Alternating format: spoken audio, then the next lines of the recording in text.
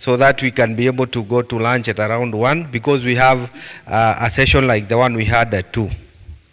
So we'll have a session with our guy in the US at around 2. So we would like to have lunch maybe at 2, but now you see the 2, we have a session. And usually the lunch time ends at 3. So you see, we don't want to miss lunch, isn't it? So maybe you skip tea, you eat lunch, but I would like you guys to drink tea, as we are tea lovers. We are tea and coffee lovers.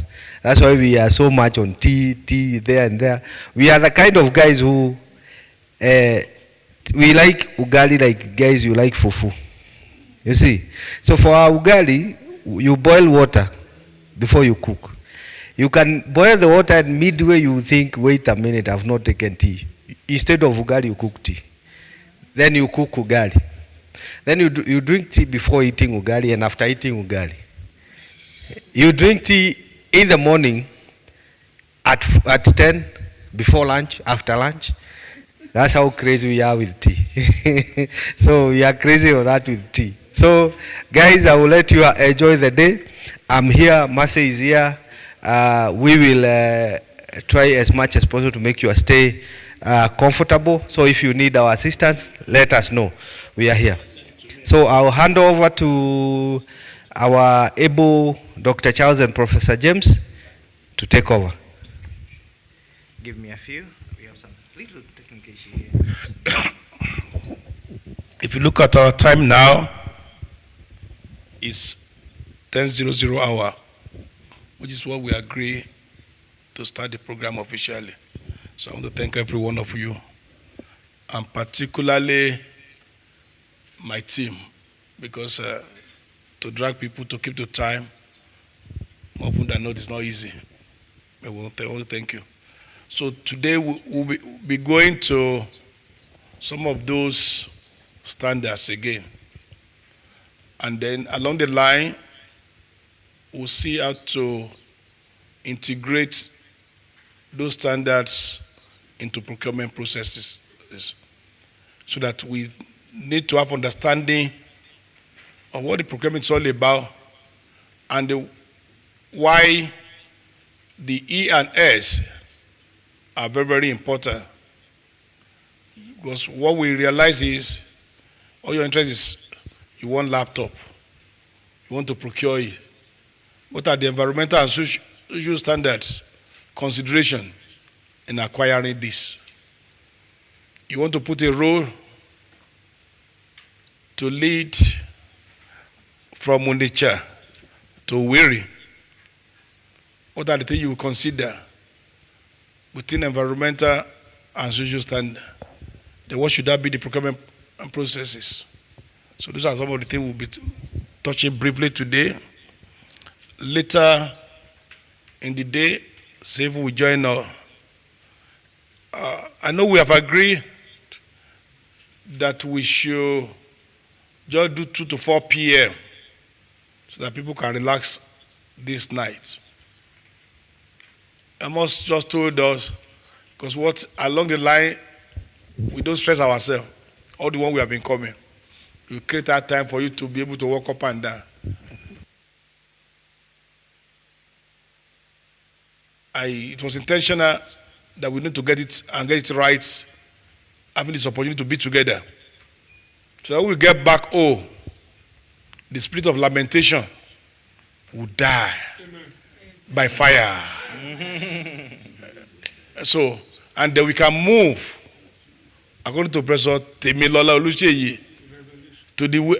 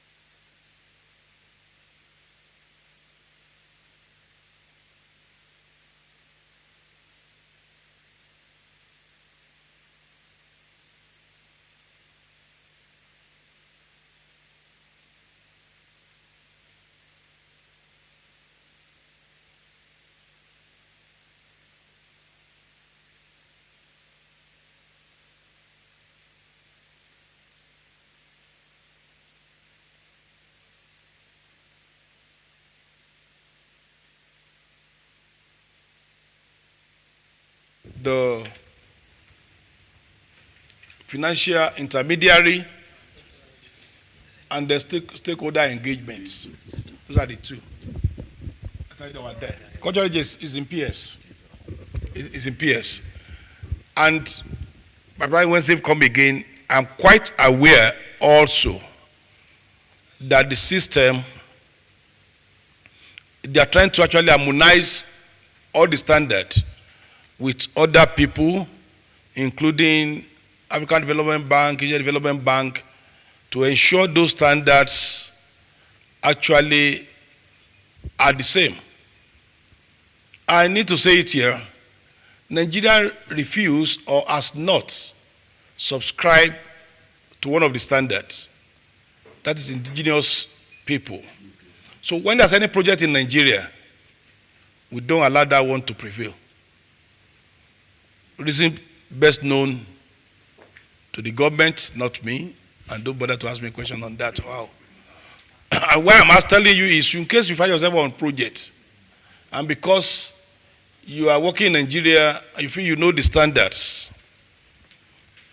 and because you feel you know the standards, you want to say, yes, we must do indigenous. Usually our financial agreement, all the projects in Nigeria will know to that. No, capital no to that. Let me, okay, I think it's okay.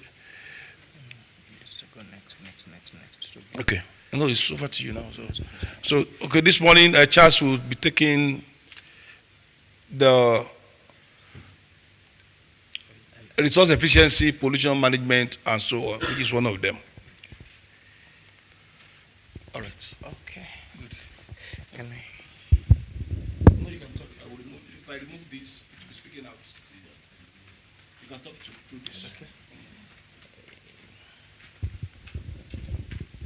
So good morning once again. Okay, sorry for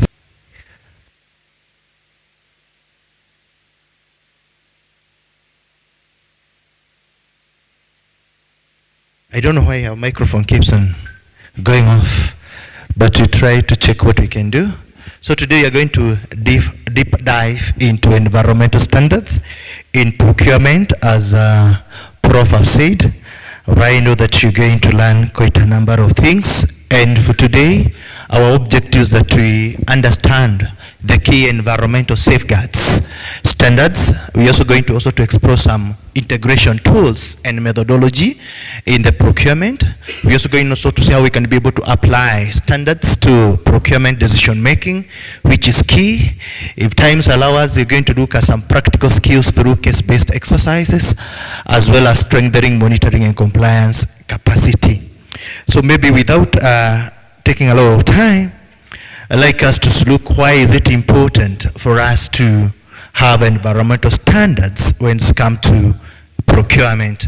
And we're saying procurement decision shapes environmental footprint across the supply chain. Yesterday we talked about the carbon footprint, and therefore it's very important to understand that every procurement decision that we make is associated with an activity that may lead into environmental impact, and therefore it's very important that we may understand such kind of procurement integration with environmental standard. The other one is the risk management, and you see that standards reduces exposure to environmental liability, fines, and reputation damage. Yesterday we looked at the case of Kakuzi, right? So it's very, very important to know once we do our work well on environmental standard, we might avoid such a risk that associated with fine, reputation, and so on and so forth. We also have to understand that environmental standards increases our efficiency, and that to promote resource efficiency in terms of water, materials, as well as energy. And this over the time, it lowers the cost. The other one is creating competitive market. And environmental standard ensures that we align with global best practices, and therefore making our project bankable and also attract investors. Every investor would like to know Is your project or the proposed program that you're bringing in going to ensure that it uphold environmental standard? For example, we are saying that a construction project sourcing eco-friendly cement reduces carbon emissions and meet World Bank or IFC's standards requirement. That's very important. And even every time you're making any decision on any procurement concerning a certain program or project, it's very important to look at such issues like green energy, eco-friendly materials, and so on and so forth, because it's very, very important. Why is procurement a driver of sustainability? Because it's very important to look at the synergy between sustainability and procurement. And we're saying that procurement provides a strategic leverage whereby it influences suppliers, it influences contractors and service providers to adopt on green practices. So I'm expecting, ladies and gentlemen, as you sit in that office drafting up the TOR, drafting up the tender document, you should put all these clauses within that document so that it can influence even the providers. Then the aspect of a lifestyle perspective. We are saying that standard ensures sustainability from design to sourcing, because the design that you want an eco-friendly design. If, for example, you are asking an architect to draw for you a certain design of a building. You like a building that is a green building. You like a building that will make use of natural lighting, not necessarily, I'm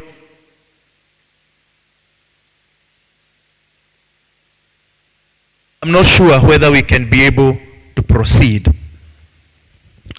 The other thing is capacity building, and we say this is very important. Yesterday we had a heated debate here about, we know about all these people, but about all these standards, but are our community members, does our people really understand about them? Are they sensitized? And one of the reasons why we are training here is to help us even understand. So procurement encourages local suppliers to upgrade in their practices. This is in terms of waste management, in terms of energy efficiency, and so on and so forth, because it's also very important. And we are saying, for example, renewable energy procurement in African infrastructure supports national climate commitments. That's very important to know. And therefore, procurement, ladies and gentlemen, plays a big role. Remember, the procurement is the one that brings all the items that we need to do our activities in our project. And therefore, if you're not very careful to bend the environmental standards, we might be creating more problem to this world rather than solutions. Let's look a little bit about the link between the social standard, environmental standard, and sustainable development goal. This is embedded into four sustainable development goal, number 12, number 13, 6, and 7. Number 12 talks about responsible consumption and production. And of course, all these results from procurement. We procure things that we consume and also things that will help us do production. And we're saying that it promotes sustainable resource use and waste reduction. Therefore, when we embed environmental standards, we are also putting it in together with responsible consumption and also production. The other one is about the sustainable development goal number 13, about the climate action. And you're seeing that procurement choices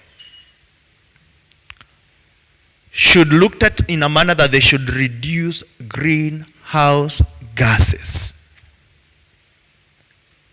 And also we should be able to ensure we are building a climate resilience project.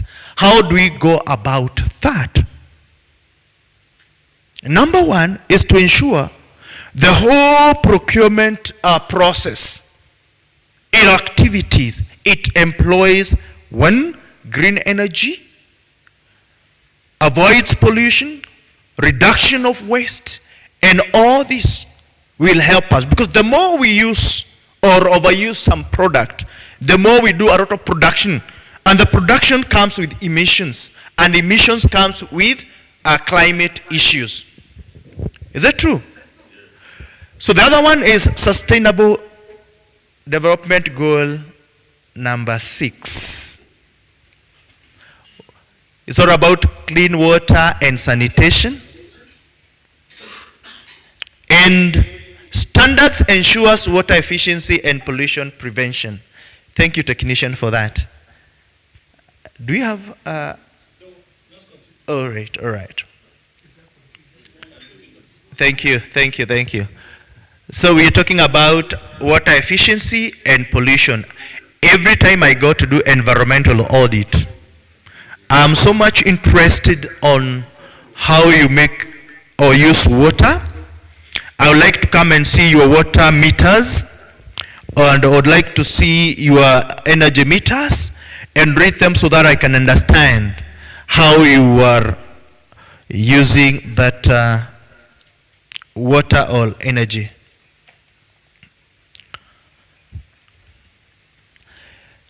Another sustainable development goal is number 7, about affordable and clean energy. Ladies and gentlemen, sustainable procurement encourages renewable energy procurement. That's why we are saying currently we are asking people to make use of clean energy like solar energy, wind energy. You know, currently I'm hearing about hydrocarbon. Is it hydro energy? Hydrogen energy. How will it go about? The geothermal. For Kenya, we are lucky. I don't know whether in your country you have the geothermal. No. Hydro. We have potential. Okay. Most of the time, the geothermal happens along the Rift Valley. In Kenya, we are indulged to be along the Rift Valley because of the volcanicity and also the tectonic forces. That's geography. Is it true? So we are trying to see. I'm hearing that the hydrogen energy will come and to be a big game changer. Yeah. I'm looking towards that because hydrogen is already available. Yeah, I'm really waiting. I think that would be even safer than the nuclear energy. Is it true? Yes. So let's wait and see. I believe innovation and people are innovative to do that. An example here is that a university campus is adopting green procurement policies that contribute directly to SDGs 12 and 13. And maybe the question you're asking ourselves, although I think there is a disconnect between, here professor, between the things that we know and the things that we do. I am in one of the biggest universities there. And I can tell you, sometimes the building designs that I see there, compared to the architect guys that we train in that university, they are totally different. Sometimes we do a lot of rework. You know, there is one building, they had forgotten about the electrical work. And you see, after completion, then they're trying to cut conduits. And mind you, is the university. Yeah? We're doing manual conduits after we've completed everything. He has a team. Okay. Does it happen, Riaba? No, it doesn't happen, but he has a team. When the work is not good, that's when they start adjusting. Well, that's normal. That's normal. It's okay. For the interest of time, let us look at the environmental safeguard overview because it's very important, ladies and gentlemen. Or you want to marry a new wife and you were planning to. So we will be specifically be looking at resource efficiency, pollution prevention, as well as climate change mitigation, as well as adaptation, because it's a key aspect of environmental standards. Maybe briefly, we take us through each and every part of this, starting with the resource efficiency. And you're saying that this is using energy, water, and material in a way that minimizes waste and maximizes productivity. How do we ensure that we do that in our workplaces? You know? How well do you use water in your house? How well do you use your electricity in your house? You know, some of us, we iron our clothes, and because we're in a hurry, we forget and we leave the iron box there. Then when you come in the evening, the whole house is hot. You know, sometimes we forget and we leave our taps are running. Yeah. Especially, I don't know whether in Nigeria you have problem with water. Sometimes in the estates that we live in Kenya, you have challenges with water. And sometimes we expect the water to come on this day, is not coming. So you go put on the tap and you forget to put it off. Then it comes at night. And in the morning you find you're flooding in your house. Mm-hmm. Mm-hmm. And the more you pump, the Mm-hmm. cleaner the water becomes. Mm-hmm. So with that kind of mindset or with that kind of understanding, you don't have consciousness to want to preserve water. Because the more you use the water, The more cleaner. the water becomes. So Geotechnically, that is not true. So, this is a community practice. Yes. This is what I observe in my community. So, people pump water, they pump water more frequently, and this is their understanding that the more they pump water, the cleaner the water becomes. Okay, let me understand first So- of all. Maybe how deep are the boreholes in your country? It varies from one borehole to another. Yeah. Depends on the area and the water level. But I'm talking of Lagos mainland around Sabo, Yaba axis. So the area is relatively waterlogged. I don't need to dig for too long before you reach Tell me in water. terms of feet, I'm not an expert in that area, and so I cannot answer that question. Okay, is it machine done or with hands? you know, submersive. They put submersive. Because here we do approximately 250 meters So- down. Okay, that's Because that's sometimes one. what people call borehole is a shallow well. Something that is below 10 meters is a shallow well. Is it true? Talking about resource efficiency, I want to share an experience. Sometimes ago, I was in Ethiopia in an hotel, and when I was in the bathroom, the shower was just coming little. I felt like, okay, the following morning I'm going to complain that they should change my room. And when I got there, I met some other people that we came together. They all had the same complaint. So they later told us that because they have water problem, they deliberately made the force from the shower to be very slow so that we will not use several gallons of water to have a bath. So that had been put in consideration to conserve the scarce resource that they have there. Awesome, and I think that's better. So we are saying some key practices here is energy efficiency, for example, using the LED lightings, efficiency motors, renewable energy sourcing, very important. Water conservation, like doing rainwater harvesting. I don't know whether this happens. Recycling green water. I am told that the water from the sewer can also be reused. Is that true? Is that happening? It's in the book. We treat the water and recycle for you. Uh-huh. We don't know. The engineer that is doing recycling. No, I'm telling you. I told him, he said he will never drink it if he knows. Yes. But we've fled to the drinking point. Yes. I remember I took it to which country is that? Argentina that time. People now we always water in the University of Lagos. And they said, if you see which you can recycle. Of course it now. and make it drink. I think we should have a mindset that we can still consume this water. Once you go to proper filtration. Once we tell you that it's sewage water, you will Yeah, of course.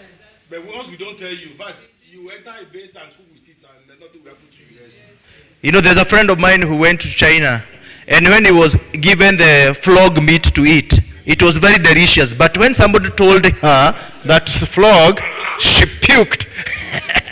So sometimes. I wish you be lying.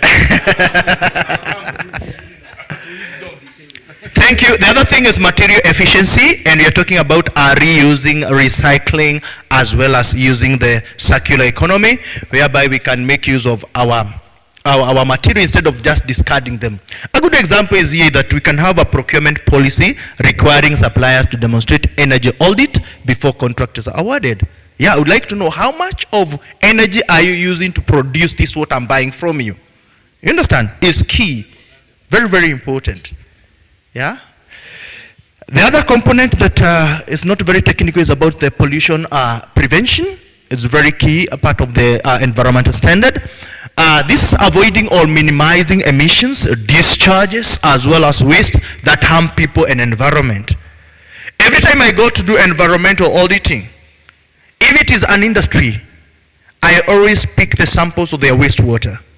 Why? I want to subject it to government lab, so that I can know the properties in that water before it is released back to the natural environment.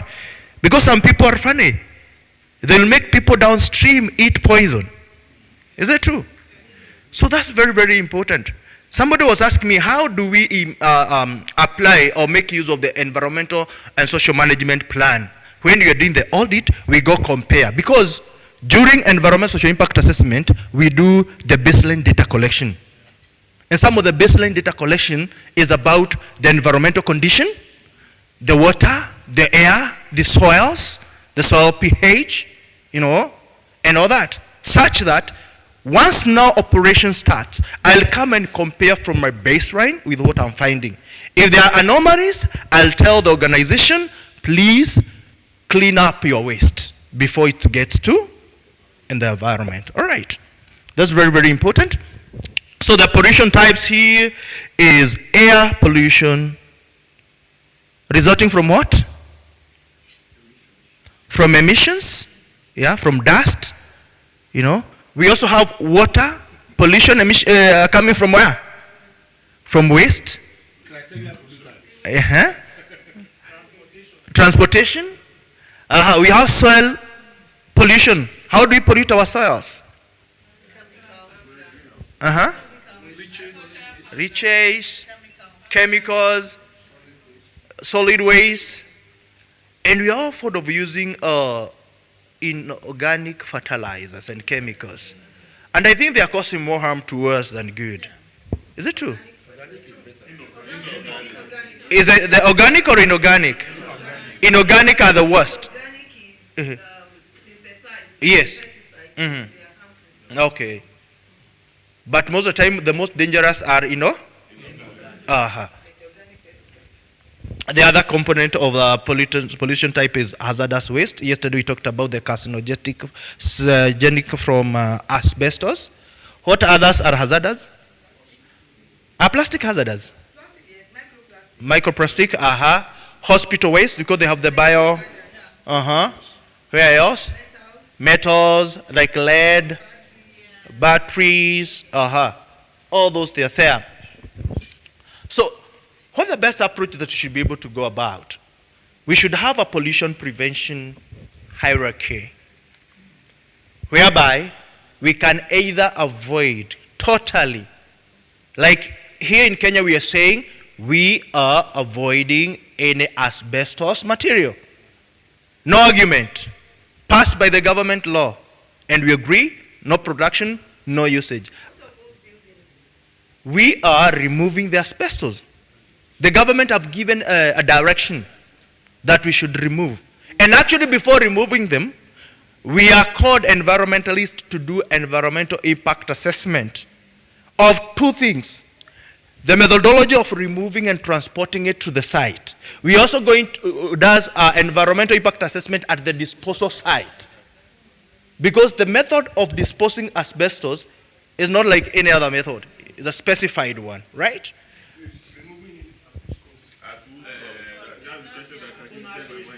at the owners of the, yeah.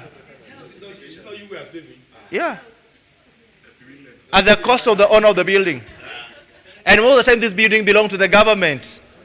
So what the government is doing, they are paying the contractors, all right, to do it. If it's a private hospital, then you pay me as a contractor to do it. Mm-hmm. The other one is to minimize. If at all you can. Particular owner defy government, this is the take it over. They take the building over, or they go destroy the building. No, they don't. If they do that, the government will come, do it, but at your own cost, and it's higher. Oh, definitely. Yeah? They talk. Of course, the reason why maybe that building is there is because there are economic activities happening within that building. So there's no way you can say, I cannot have the cost to do this unless you stop doing whatever you're doing. If you leave it there alone, the government will take it over, then it will charge you. Definitely. For public interest, Yeah. Yes. So how do you manage waste tires in this country? Because waste tire is a major pollutant. So right from procurement, what percentage of your population buy brand new tires for their vehicles? And if they patronize Tokumbo tires, are there regulatory bodies that no, if it's not brand new, it will be imported tires, and that's what we call Tokumbo tires in Nigeria. Okay, sir. A new one can be imported, and it can still be Tokumbo. Fairly use is different, sir. We did a study on this tire. Yes. Let's hear the study. We did a study on tire, and I'm sharing information I gathered from the team. The team came from England, and so what we spoke with vulcanizers and other stakeholders, and waste management experts were also involved. Professor Taibat was part of the team, and we have engineers because recycling was part of it, and we're looking at end-of-life tires from production to consumption level and transformation of tire into various household items like tires, like a lot of items. So tire is a major problem because it doesn't decompose on time, and some people, because of cost implication, more than 90% of motorists in Nigeria don't buy brand new tires because tires have expiry date. Correct. So a lot of end users do not understand how to check the expiry date of tires. And tire made in Germany, made in Belgium, made in Britain may have expired, though never used, before coming to Africa. Yeah.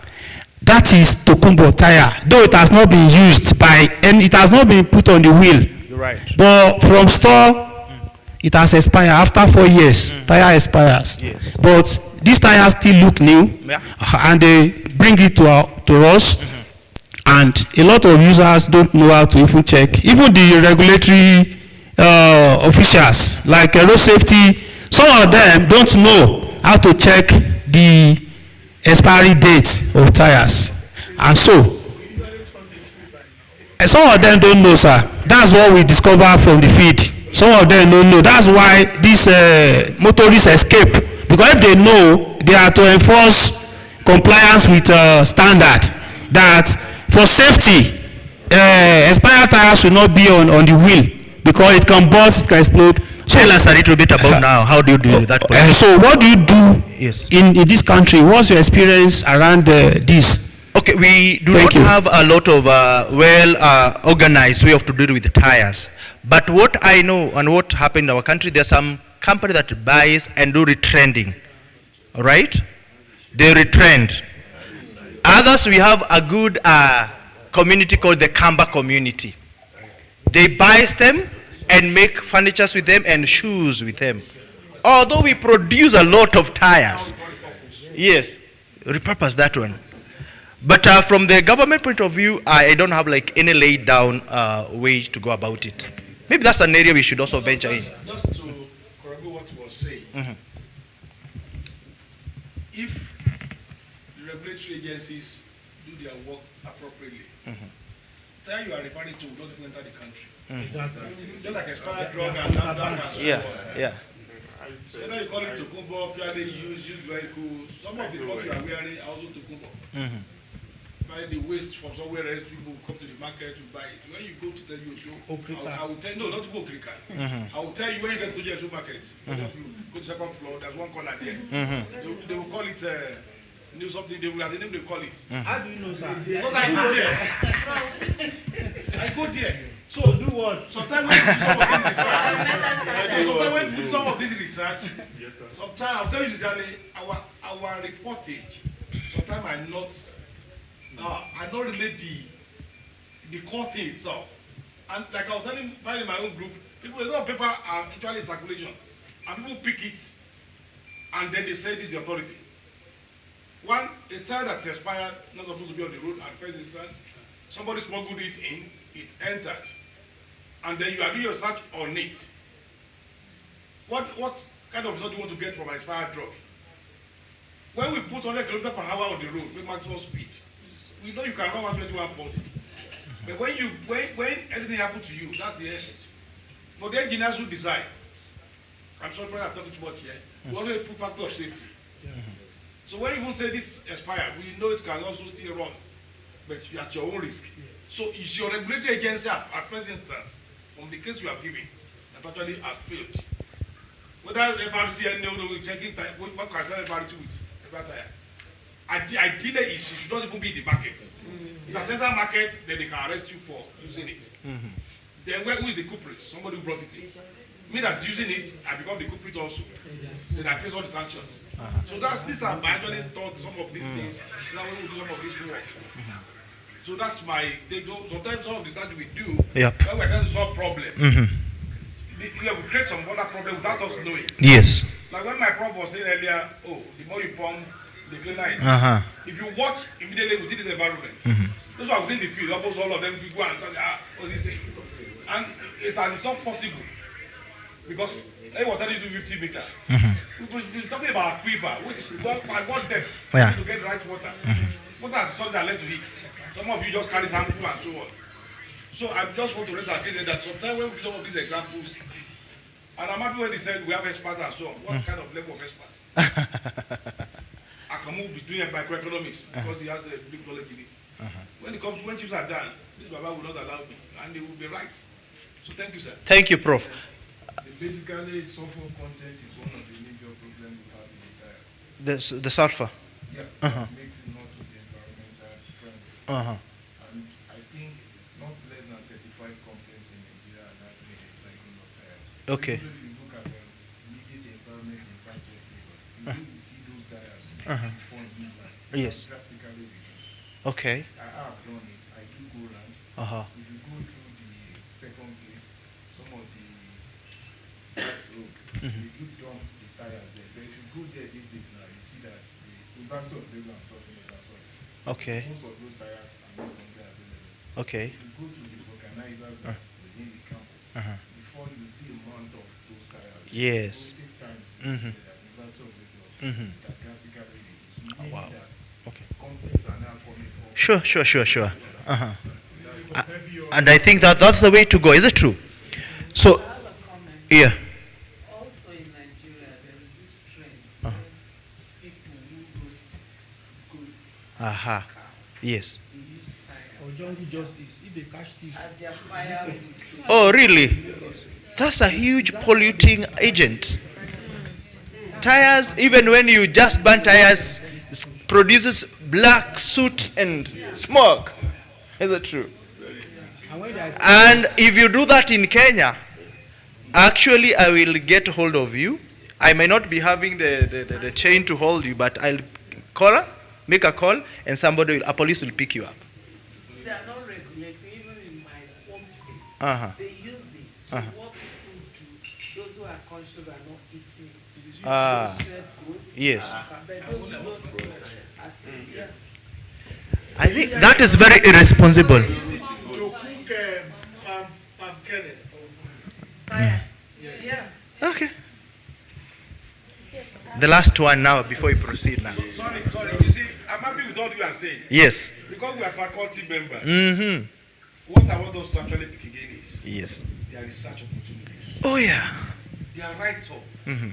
There are grants we can write around this if we really come together and know what we are really doing. Mhm. So that we continue to live this lamentation environment. Yes. Opportunities are always there. Correct. Without us knowing, brainstorm like this. Uh-huh. All the theory we will read it and drop again. No? Mhm. How do I go back and work on tire waste management and so on? Many of you come to, if you come to the office where I hide now, sometimes the tires are Manzayo. Because apart from answer like you were saying, they bring it down there. You see, you don't see it there. They bring it down there because they know some other people will come to pick it from that place.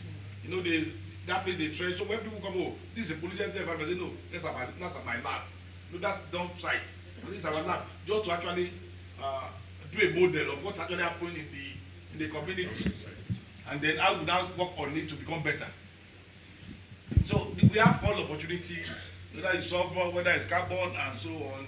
And if that one government will sponsor or support it, if you go to Globe, if you see in their warehouse somewhere in Ikeja, bigger than this, only batteries. Thank you. Batteries only. Use that down, but they just seal them up because material was called to it and so on. They need to dispose appropriately. So let's go. So that's what I wanted to talk about, lead battery recycling. It's a serious issue because, I mean, all the vehicles are using battery, inverters and so on. And then when it's no longer in use, disposing it, and then we have formal and informal recyclers polluting everywhere and so on. So what do you do in that situation here, lead battery recycling? Thank you for that question. There's something I've written here. At your free time, go Google Uhuru Owino case in Kenya. It talks more about the battery and the impact that it had on the people. Uhuru Owino case in Kenya. You see a lot of information about what the battery recycling company was doing and the impact it had on the environment and also on people. Yeah, you can look that later. So we are talking about minimizing, controlling, and offsetting. Maybe I talk a little bit about the offsetting. Currently, we've been talking about carbon credit. Is that true? You heard about it, carbon credit? Whereby we are paid because of offsetting. So we are allowing somebody else somewhere to pollute so that I may clean on my side. That's the concept? I think so. Because a company like Nescafe, they'll say, because we are producing this much of carbon dioxide, you people in Kenya or in Nigeria, because you're forest, please maintain those forests so that they can be able to absorb the carbon or the emission. Then they pay us. That's a component of offsetting, right? But to me, I don't think it's very sustainable. Subject to discussion. An example here is a construction project about adapting dust suppression measures as well as safe disposal of hazardous material is a point of pollution prevention. The other one is climate change mitigation, very important. These actions to reduce greenhouse gases and emissions and also enhance carbon sinks. Key measures here are accounting for greenhouse gases and reporting, very important. Making use of renewable energy procurement, like procuring things to help us do solar, wind, and so on and so forth. So like what's the government of Kenya doing? They are zero rating all the solar related component, the panels, the cables, and everything, so that we encourage people to make use of them. Because initially, as we were saying, the capital to install the solar system is a little bit higher. So if the government comes in, give us some subsidies and remove taxation, it becomes very good. The other measure is a low carbon technology. As we were saying yesterday, currently we are using electric vehicles. We can also make use of efficient boilers, or maybe you can use the solar steel to be boiling our waters or to be warming our waters. An example here is a transport project shifting procurement toward electric buses to cut emission. I was telling you yesterday, in Kenya we have one of the pineapples producing company called Del Monte. I think you've seen Del Monte in your supermarkets. Is it true? For those who have entered supermarket, Del Monte for pineapple, the packed pineapples. What they have done is that they have transited from using the normal vehicles to EV vehicles when they are transporting their workers and even when they are transporting their produce. Very, very important. For the interest of time, let's look a little bit about, talked about the mitigation. Let's talk about adaptation. Climate change adaptation is key. This is adjusting system and procurement practices so that they can be able to withstand climate impact.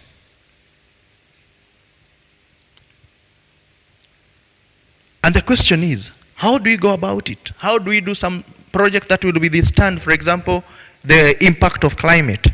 Yesterday somebody was talking about the road was done, but the water was directed to the people's land or the people's houses.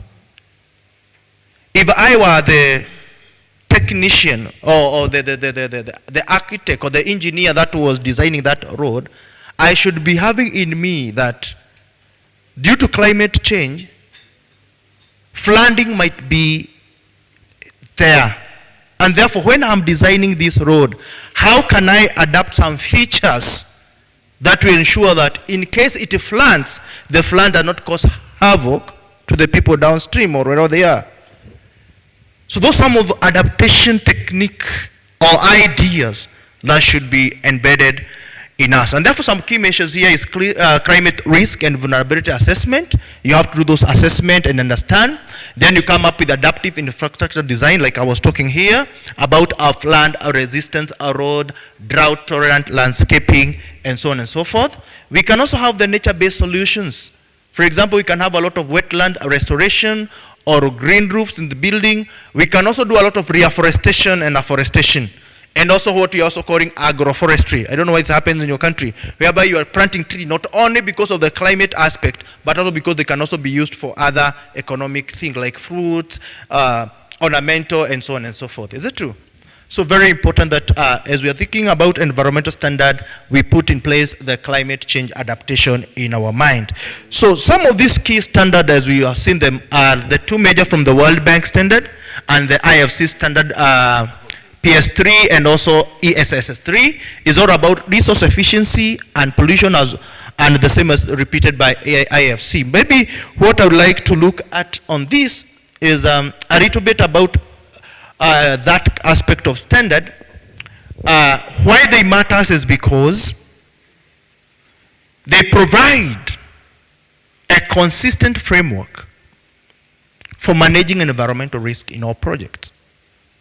Prof will take you through maybe through some of these things, how we do like environmental social impact assessment, the process. Once you understand how the process goes through, you'll find that ESIA becomes a powerful tool to do this, right? Because we start with screening, we go to scoping, we go to identification of the impact, management of the impact, you know. We go to preparation of ESMP, public participation, and also looking for the alternatives. Very, very important. So from the global perspective, these standards are widely recognized as benchmarks for efficiency and also pollution prevention. And for the purposes of procurement, these standards provide guides in supplier selection. We want to select a supplier who is in compliance with all environmental aspects or standards. It also helps us to put contract clauses because we would want to understand what we want done in a sustainable manner. For example, we can put a clause on green or clean energy. We can put a clause on maybe water efficiency or energy efficiency, and they help us so much. They also help us to do monitoring when we come to implementation of the project. Very, very important. Looking at the World Bank, environmental social safeguard number 3 about the resource efficiency and pollution prevention, it focuses on the efficiency use of energy, water, and raw materials, as well as prevention of pollution as waste. We talked about that one. And we're saying that they help to assist, or the key requirement that they assess project resource use as well as pollution risk. And they help us to apply, I've talked about this one, the mitigation hierarchy about avoiding, minimizing, controlling, and offset. And all this is put in an environmental social management plan when you're preparing the environmental social impact assessment study or report. An example here is that a World Bank funded road project requiring contractors to use water-saving technology and dust suppression is one key aspect of resource efficiency and pollution prevention. It is the same on the IFC. Maybe what I can see here is maybe the comparison between the World Bank and the IFC one. And we're going to look at different aspects, the scope, resource efficiency, pollution, as well as application. On the scope, on the World Bank, it prioritizes on public projects as well as government borrowers, whereas in IFC, as we said yesterday, it focuses primarily on private sector investment. That's very key. On the resource efficiency, the World Bank emphasizes on sustainable use of energy, water, and materials, whereas in IFC, it focuses on cost-effective and efficiency gains. On pollution prevention, we are looking at, World Bank looks at mitigation hierarchy, compliance with national as well as international standard, because each and every country has its own standards, as well as looking at the global international standard. Whereas in IFC, we look at the cleaner production, waste minimization, as well as greenhouse gases reduction, which is very important.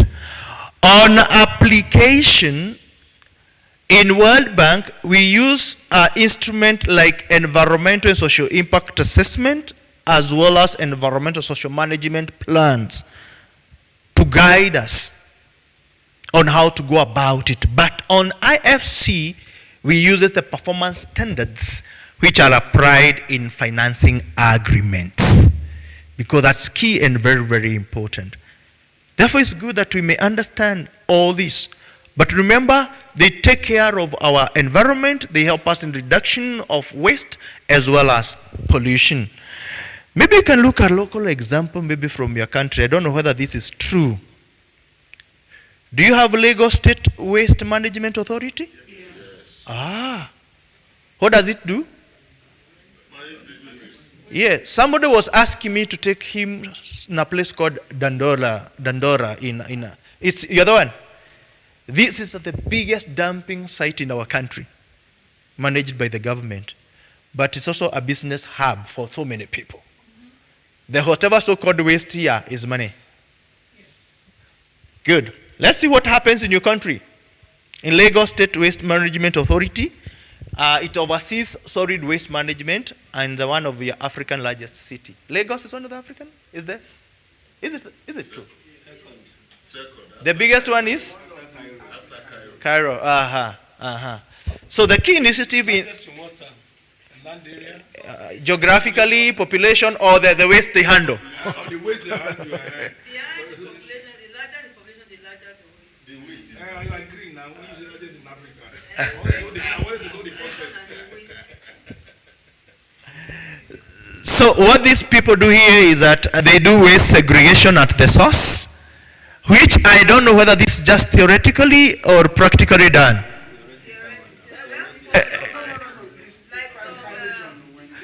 No, even before I go that, hello, let's ask ourselves, at our home places, how many of us does the sorting? How many of us segregate? Wait, Prof, I'm here. I'm asking from our homes. We have the plastic. How do we segregate?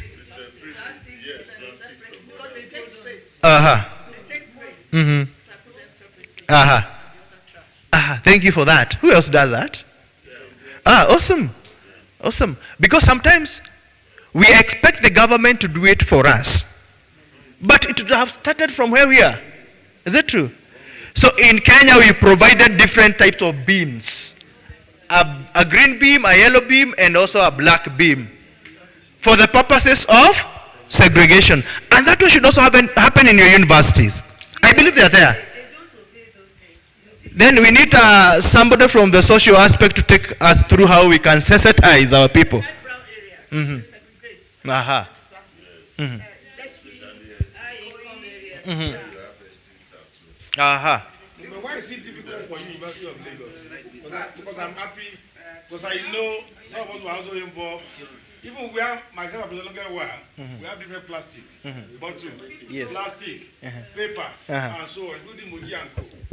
The major culprits are those in sciences. You see that, you see all those plastic bins lying and properly labeled. And we do the environmental management. Yes. We research into it. We write paper. We got professor. The professor refused to actually move. To tell them now.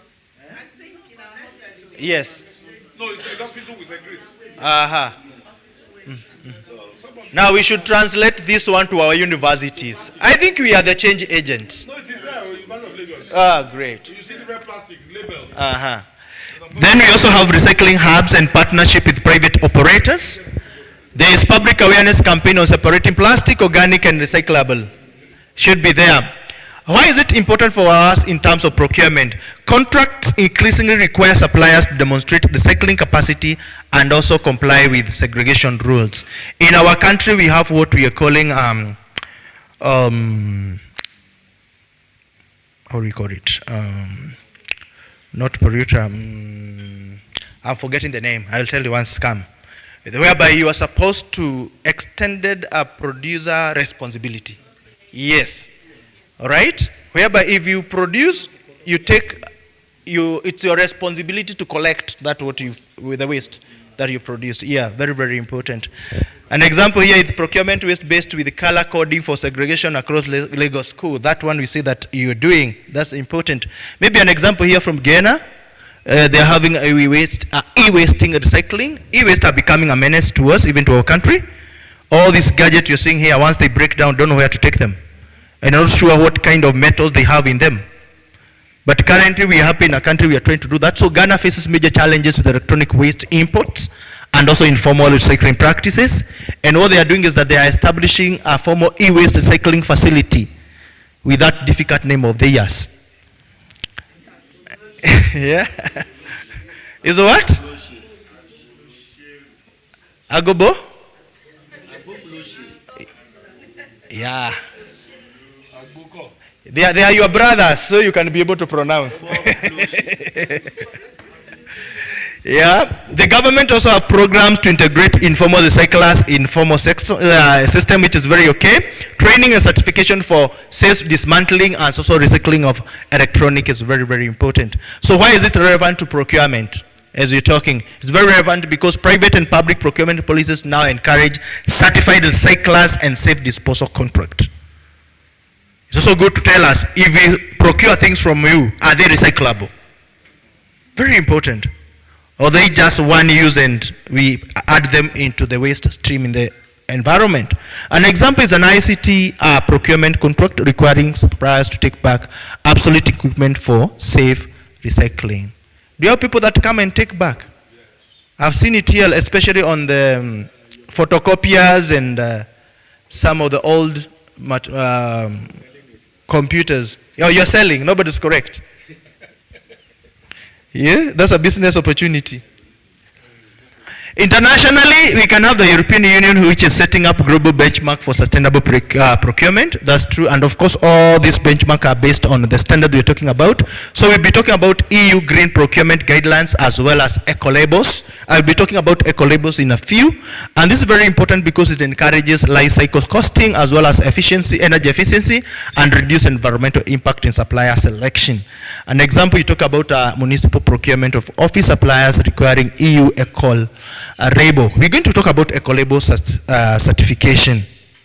Maybe for the purposes of time, we look at some tools for integration when it's come to. Yeah, it was there, but you came late. But you're still enjoying yours. Maybe. For safety break. Our safety breaks. Okay. It is, what the time? It's 11. Some of you are more than 40. Uh-huh. Stand up and let your blood flow. Let your blood flow. Please take walk. Okay, then if you allow me, then we can like have a 15-minute break. Just 15. Yes. Yes. Kindly do. Yes. Yes. Yes. Are you saying the IPF only focus on the performance? They don't have anything to do with the savior? They also do. It's only that IF. Yes. No, let me clear that one clearly. So I won't waste more time on this. Yes. The IFC, performance standards. When you say performance standard, it means you are covering all the standards within that.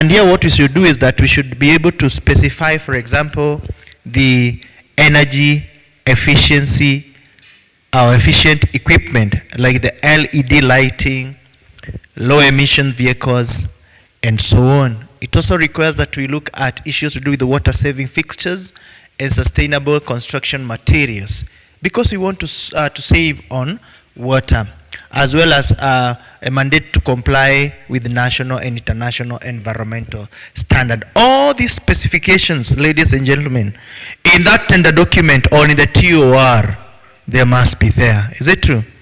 Very, very important. An example here is the procurement of office printers with mandatory duplex printing and energy saving molds. What is duplex?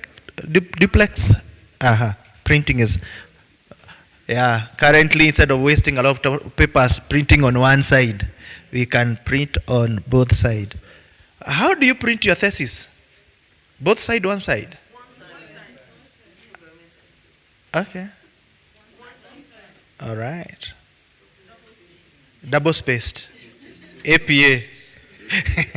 Okay. I don't have a physical thesis. Okay, maybe I also ask here. among the supervisors that are here? They are all supervisors. Okay. Hello. Do you always keep on asking the student to produce that hard copy to you to go and mark? I'm not pointing finger to anyone, but I'm saying we should change. Because now, I remember in my time, my supervisor, every time I'm told to go and do correction, he'll ask me to bring another copy. So once you come to my house, I have this number of copies just from concept, proposal, collection, chapter what, chapter what, chapter what. And at the end of the day, I was asking, this was a waste of my money and trees and resources. But currently, you receive a soft copy. Go through it, mark it. Yeah. Actually, thank you for raising that. Mm-hmm. This is what we encourage our colleagues to do. Yes. Collect in soft copy to review, use your tool to review, Mm-hmm. and send it back. Mm-hmm. And it saves a lot of energy, time, and so on. Correct. The major challenge is some of our colleagues are not even computer literate. Oh. No, I didn't say In this era and time. Because when you go to ordinary word document, you can see the few changes and so on.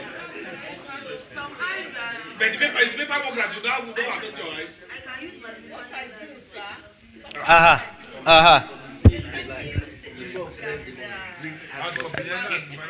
Yes.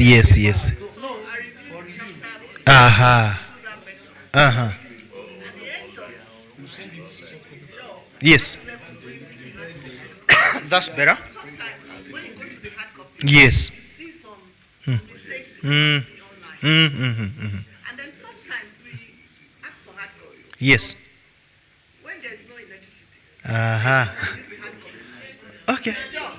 But you have power on your phone. But Most of these people have all the tools. sir, there are challenges in the environment.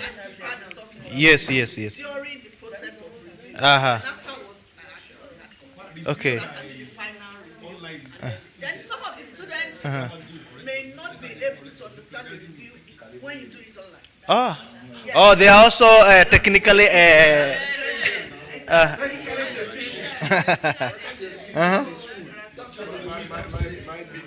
Yeah. Yes. Follow on that policy. Good. A good one, Prof. We are saying this, We might accuse these people, but the best thing that we can do a policy in the university. It's already agreed. Is it there? You know what I'm trying to say? Yes. For me, these current children are smarter, faster, Yes. in all this high age and so on. But probably because I belong to a faculty where that's like what we do. But I know that faculty, some of them are not. Yes. All this AI knowledge, they will go deeper. What to review? Why do you waste my time? Whether I use Grammarly, I use Tonality, I do this thing, I use ordinary words, comments. I can do everything. And they will see the changes. They can accept. Instead of you writing and so on, like you want to die. It's the way we are trained, though. Unless we change ourselves. The university for promotion and appraisal now is electronic copy. Of course, yes. External as Yeah. Of course, now. Before you will submit all your publications. No, it's a soft copy. We are not always a print on copy again. So we should all go and learn it. Okay. Go and learn it. That's a good one. Okay. Maybe the last one, kindly, quickly. Yes. Let's hear here. Aliyu. I asked them to submit in PDF to their class rep. Yes. And I asked the class rep to merge all the PDF and send to my email Yes. as a single attachment. Correct. So that I will not lose any student submission. And this is a class of more than 60 students. Wow. And if each person submit 3 pages, so that will grow into 400 pages. So now at the end of the day, the student did not understand how to merge PDF, especially the class rep. Okay. So I now receive a folder with a long list of, so and that becomes risky. Yes. Because if in the process of collecting this folder, if I miss out any student submission, Yeah. that could become a complaint later Correct. that can land me in trouble with the Sure, university. sure. If after releasing results, the student is claiming that I submitted this and that. So because of that, I was conditioned to say, since you are finding it difficult to submit the PDF in a single attachment, Yes. that means you will prefer to submit hard copy. Yes. And some of these students from various homes, they will waste money on transportation, they expose themselves to risk because they want to submit assignment. Now, opportunity was given for the students. Prof, let me suggest something, sir. Yes, sir. Which is what I do. Okay. I don't allow any rep to collect anything from me. Because it's also a student with his own matric number. Yes. So you have email. Yes. You can create a folder as far as they come, so you'll be able to see what you see and not. But if a rep is collecting on your behalf, in fact, it can be compromised. It can misplace somebody. He can misplace something in error, and there's no, you can't. How do you account for it? Or in fact, if somebody do better, he can copy. He can copy somebody's work and give it to you. He can copy somebody's work and give it to you. What I will put code. No, you can even use somebody's code. You can use Google Drive. They all submit there. I want better with attachments, sir. That's what I'm saying. And they attach for you. If this person is submitting, it's a burden on Copy themselves. LMS, you go. So, we are limited by what we know. They copy themselves. Thank you for that. Okay, now I think you can agree on the best method how to. That is it. Okay, let's look at the eco labels. These are certifications that identify products that they are meeting verified environmental criteria. Very, very important. There are quite many of global eco labels, and every time, even when you're buying a product, look and see whether there is that component of the eco label in that product. It means that, Prof, it means that, are you okay? Yeah. Because you mentioned eco, you know he's an economist. We are still talking on the issue of either online submission or not. Yes. We will look at it later. So the training program. Yes. To be sponsored by those who are involved in it. So it's very important that you make use of recognized eco labels like EU eco labels, Energy Star, FSC for Tabor, and there are quite a number of eco labels depending on what product that you're buying. So they also prioritize suppliers offering certified sustainable product. Of course, if I am to go and do some shopping today, I'll be keen to check whether either it has an eco label or doesn't have. The other one is the way of reducing greenwashing by relying on credible third-party verification.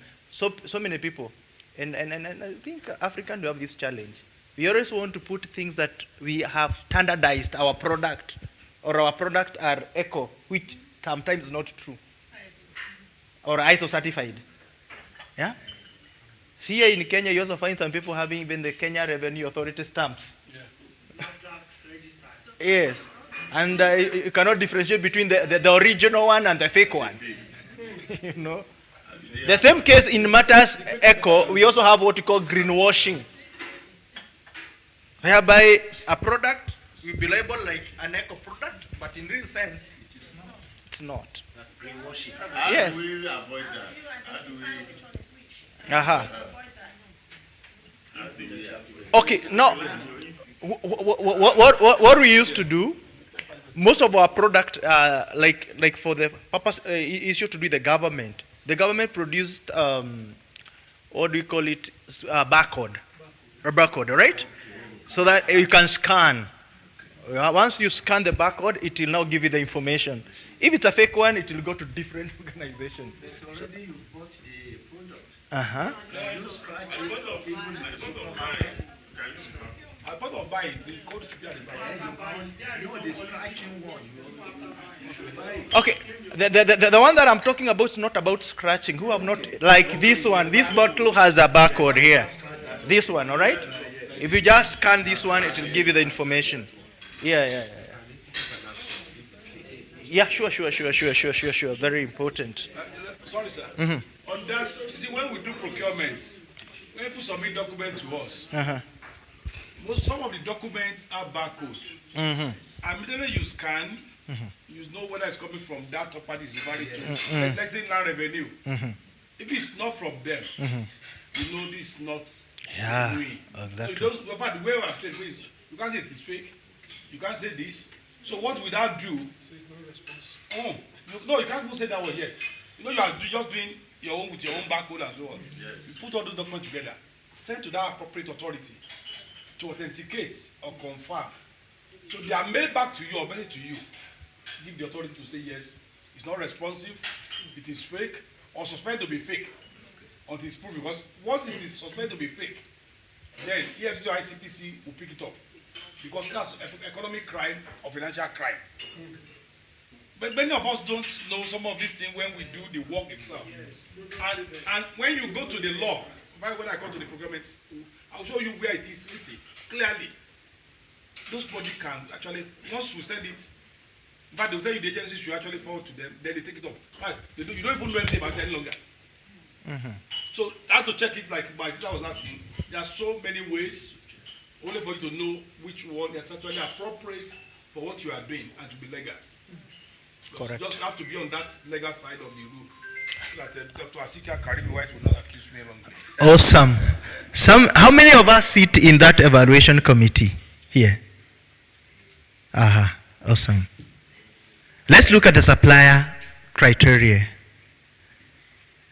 And you're talking about assessing suppliers not only on cost and quality, but also on environmental performance. How do you go about this? The key practices that they should include sustainability scoring in bid evaluation. And we can say this, for example, 20% of the weight for environmental safeguards. I don't know how you do it. Does it click in the organization, or this is just a new thing you're talking here? Him. The boss or? Okay, Dr. What was the question?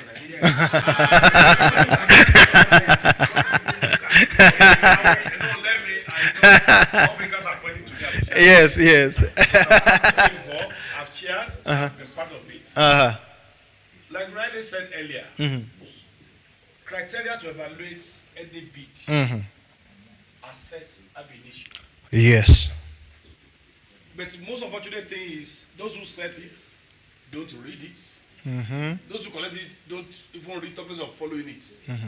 And some of those who evaluate will fail to read. They don't do this the way we have been doing it. When I was on top of the assignment, I will force all my own colleagues to understand what the bidding document is all about. Inside the bidding documents, they are what they call instructions to tenderers. Yes, or bidders as may be applicable in other documents. They are what they call special instructions again, which will be related to that particular project itself. Generally, you don't touch it.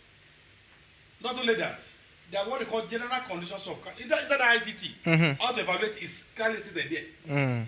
Probably when we have time, I want people to download it, we go through it together. But because unfortunately, who those on top of the table, or those who care, who did this, no, this is where we've been doing it somewhere. They just, how do you say, deviation from national estimate, whereas the resources are there. So all these things, if they are clearly stated in that criteria to evaluate, yes, you must take it. Correct. When you use cost and quality, more often than not, these are used in the services. That's when you are engaging consulting services. Okay. This is the way it goes. And I will give an example now, which is already part of my lecture. You are all human beings like me. As a man, you have a wife or you have a daughter, is pregnant. It will be delivered of a baby or twins, whatever it is. There are 3 hospitals. 10 people of similar case has gone to hospital A. 10 of them came back alive with the children. The same case, they go to this hospital. 8 came alive with their baby, 2, 5. This hospital C, 5 of them of similar case who has gone there, came back alive, good, but 5. Where will you take your daughter, your wife, as a woman? Where will you like to go to? Why? See what you said now. That means the cost is not even in your mind. Because consultancy. Because, and safety of your life, it matters to you. Safety of your daughter's life matters to you. Safety of your child's life matters to you. So when we say quality cost, that's quality based only condition. When I want to say quality cost, I will say quality is 80%. The cost is 20%. We set criteria for those quality things we want to check. For the longer, yes, an engineer, is he quality registered? Yes, license. What kind of job has he done? We'll be rating you. Yep. And your last PhD, also one, but it's not registered. He has PhD in law, but it's not called to the bar. You can drive, but you don't have driver's license. But you know how to do the job. How will I rate you? So that rating, you will see there. But it's open to all to see. But when people are packaging their documents, they don't pay attention because you know I come, you know your life here, they will help us to do it. So when you do then the cost, we say it's 20%. We'll now say, okay, the person who has the lowest among those costs are full 20%. You will now be putting that price on what I want to know what they score. But if he has low mark in the 80, he will not win. Better with the highest price can become the winner based on the quality cost based analysis. There are variants of analysis when it comes to services on its own. But when it comes to goods and works, what is done more often is what we call lowest evaluated responsive bid. In American terms, they will call it most economic advantage tender meet. It's not lowest bidder, lowest based on evaluation and it's responsive. And finally, when I'm lecturing, I will give you those key things. You look at the costs, time, and what's the last one? Quality. When you're actually measuring. But not many know this. Oh, we put an accountant there, or put a lawyer there. They say it's 5 naira. Somebody says 15 naira. For the accountant and lawyer, 5 naira is the best money here now. I will lay the one veggie. But for someone like Akishiko who know the machine that form the concrete, he need cement, he need sand, he need gravel. How will he get that 5 naira? That will say, no, that would be poor quality at the end of the day. He will say no. Or the person who come and decide who wanted to do it. But for my sister who's just a lawyer, just to look at the money. For a chemist like my dear sister, guys, should be better now. Because he doesn't know anything about aggregate. What they call gravel, I'll be cheaper than call it. Finance.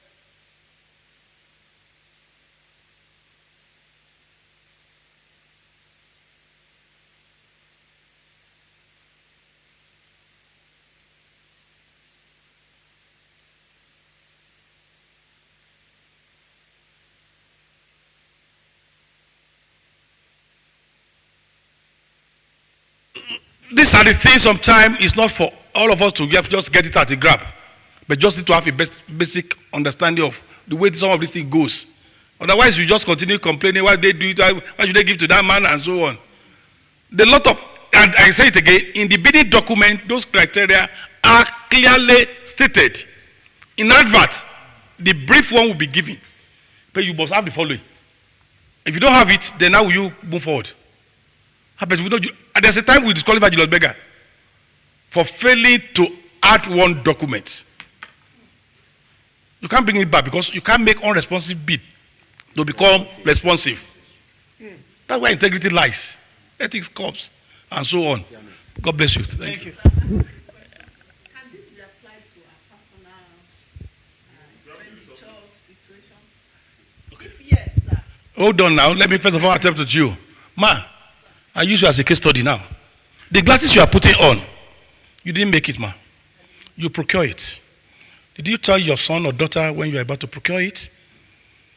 No. So God bless you. We'll talk to later when we get to procurement. The cloth you wear now, you know if anybody should come in here without putting on a cloth, how will you feel, colleagues and friends? Why do you want to run? But all of you have entered bedroom this morning, and all of you remove all your clothes. So we'll come back to that. So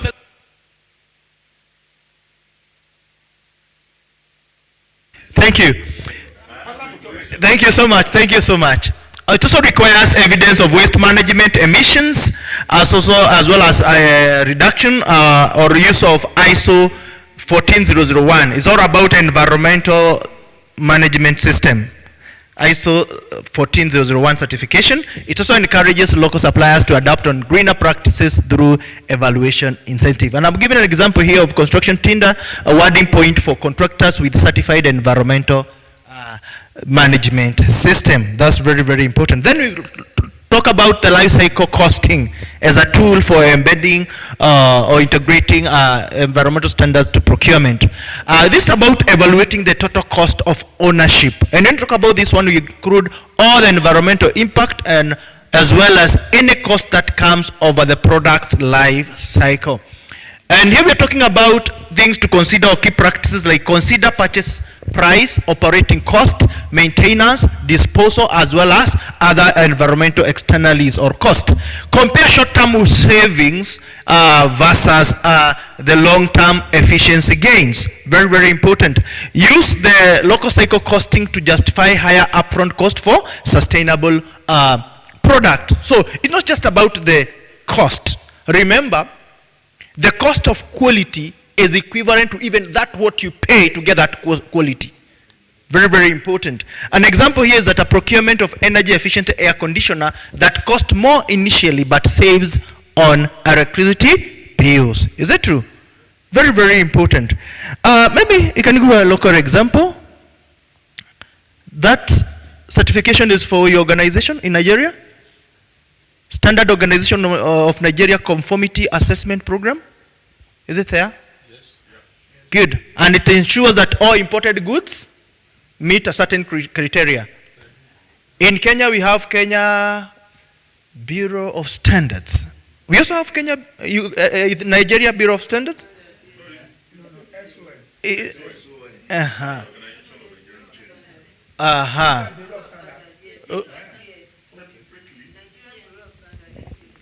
Great, great, great. And the key features for this certification is that it gives mandatory certification for regulated product for entry in your country. It covers electrical appliances, chemical, building materials, and more, and such. It prevents importation of substandard or environmentally harmful goods. But of course, you know our African practices. We allow these things come, unfortunately. So why is it important for us in procurement? Buyers must verify with this certification so that they can be compliant when sourcing imported goods to ensure safety and sustainability. You know, I believe the university also sources some product or goods to be used in the university, right? Your computers come from where? Your toners, your maybe printers, yeah?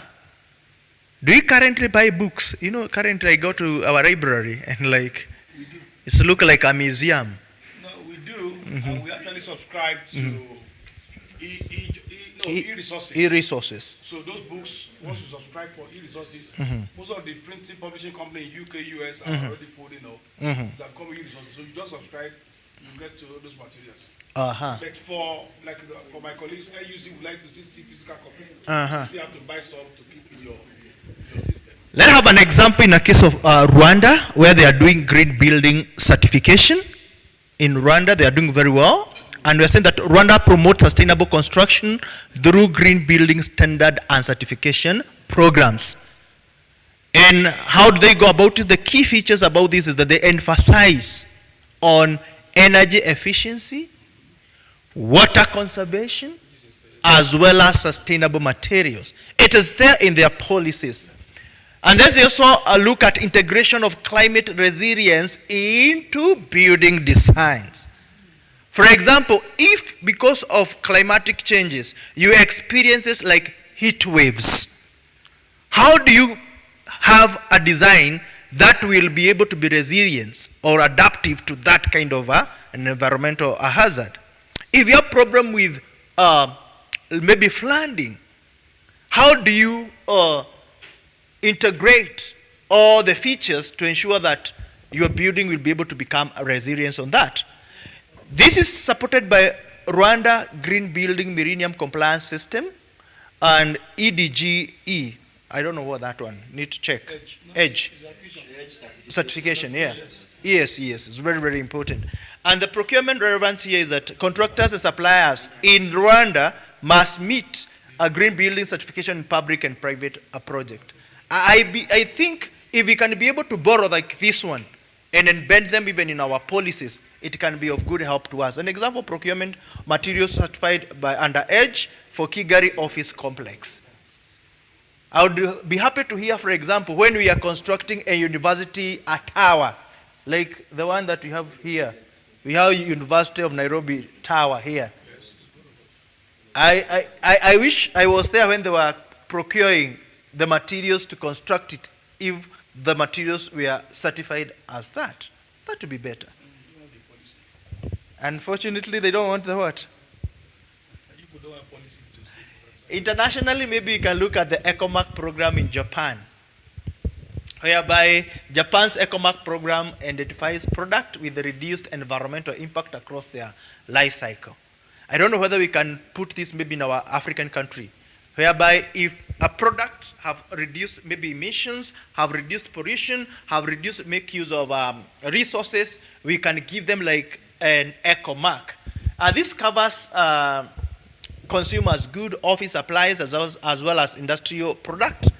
The criteria include resource efficiency, recyclability, as well as pollution reduction, and it's widely recognized by all consumers and procurement agencies. I don't know whether in your country, when you go to procure something to eat, whether you are keen on, is it organic or not organic? Is it, what do you call it, the GMO? Yeah. Do you check? You do?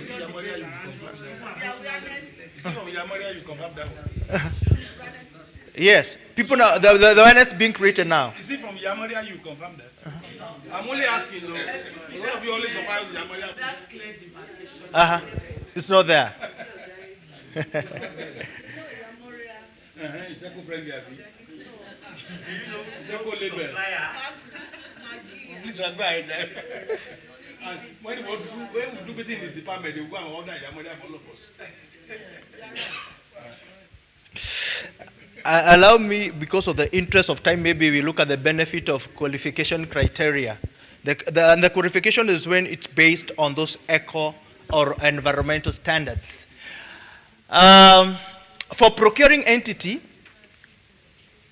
they give an assurance of compliance with safeguard standard, of course, environmental safeguards standards, as well as reduced reputation and operational risks. That's very, very important. That's why we are doing all these things. If we had time, we'd be looking about ESG in detail, whereby like all institution or organization are to conform with the ESG criteria. For suppliers, it brings about competitive advantage in bidding because we put that 80% weighing on environmental compliance. You know, so in case I'm compliant environmentally and my competitor is not, I'll be given that tender. Then it's also improve efficiency and also cost saving. Generally by all, it saves time. For community, it provides cleaner environment, safer practices, as well as sustainable development outcome. And that's what we want to do to our community. The community is ours. It's our home, it's our place. And therefore we want to make it sustainable. I think, Oga, you look at this issue and you'll be talking about procurement. Allow me to talk about all this. You talk about this in procurement. I want to go to what I'm calling, this would have been an afternoon things, but he will look at that. Allow me to go to occupation health and safety, which you're supposed to be looking at social safeguard in how many minutes? Sorry? 12. How many minutes do you want to have? Maybe can I generally talk about occupation health and safety? Because it's key and also very important when it comes to matters social safeguards. It's very important to understand, ladies and gentlemen, that we should take care of the people that are working in the project or the program that we are in. And we take care of them in terms of their psychological health, physical health, and also looking at their future life to come. And therefore, we should ensure that there are proper remuneration. We should ensure they are provided with training on matters, their health and risk that are associated with whatever project or program or work or activities they are doing.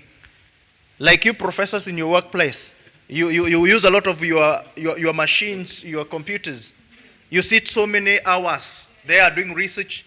You suffer from issues called the ergonomic problems. Is it true? Sometimes you have a problem with your eyes, your back. Yeah? Those are hazards. Yeah, they are the ergonomic hazards. Sometimes you suffer from psychological hazard because of the workload. Yeah? Yes. No healthcare services. Very poor. You know. Those are the things that should be embedded in our workplaces. And therefore, it's very important to ensure, ladies and gentlemen, that in matters occupation health and safety, ensure safety, you comply, and also create resilience workplaces in procurement, also project delivery. And we are saying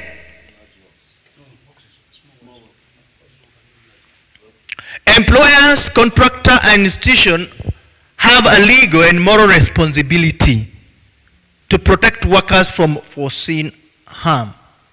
For example, in your university construction project requires contractor to provide safe scaffolding and training for student workers. Is that true? Do you do that?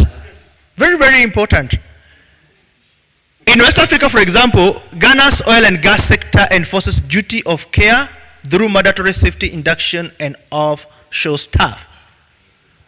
Globally, in UK Health and Safety at Work Act set global benchmark and employer responsibility. And therefore, some of this responsibility is provision of PPEs. Is it true? I don't know. I don't know whether in your university it happens like what it happens here in Kenya. I told you I'm a government licensed occupational health and safety auditor. I does 3 things.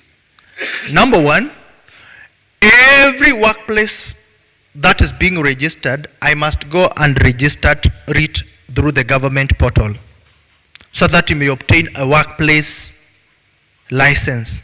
For you to obtain the workplace license, I should come and audit and ensure that that workplace is safe for people to work in. And therefore, I'll do inspection, I'll check on the various issues like, sorry? Of course, the issue to the staircase, the lighting system, the painting, ergonomic. I look at how the chairs and the office is being organized. I'll check whether there are loose cables which can cause challenges or hazard. I'll check on how the floor it is, because I'll look at anything as a potential hazard. All right? So that I can create a mitigation measures whereby I can say reduce this or remove this to avoid the hazard to happen. Then once now you issue the certificate of workplace, the next thing that you do is now come and audit. What are you auditing? If I come to this building, for example, you can see there are some signages. Like there is fire. Hello? There is fire exit. Is that true? That's a key thing. There is an exit route there. Where our guy is written a signage of what? No smoking. Is it true? I'll come also check whether maybe you have maybe a first aid kit in your office. Fire extinguishers. The fire hydrant and the system like the one that I'm seeing there. Yeah. Do they?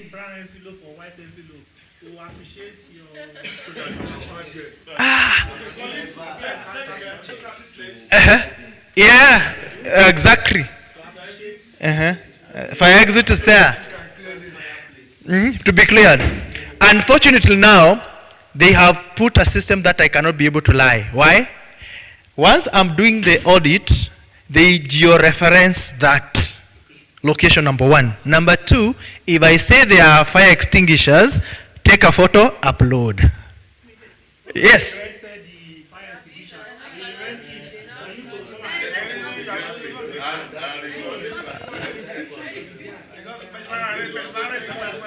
Okay, the good thing is that after I'm done with that, somebody else will abruptly come to verify. Not me now. To confirm. Are we together? Then once I'm done with that, then I will say, I'll write a report, upload that report on my findings. Then after that now, I will recommend for trainings. Because if I remove one fire extinguisher there, and I think it's portable, allow me pull one. I don't know how many of us know how to make use of it. Very few of us.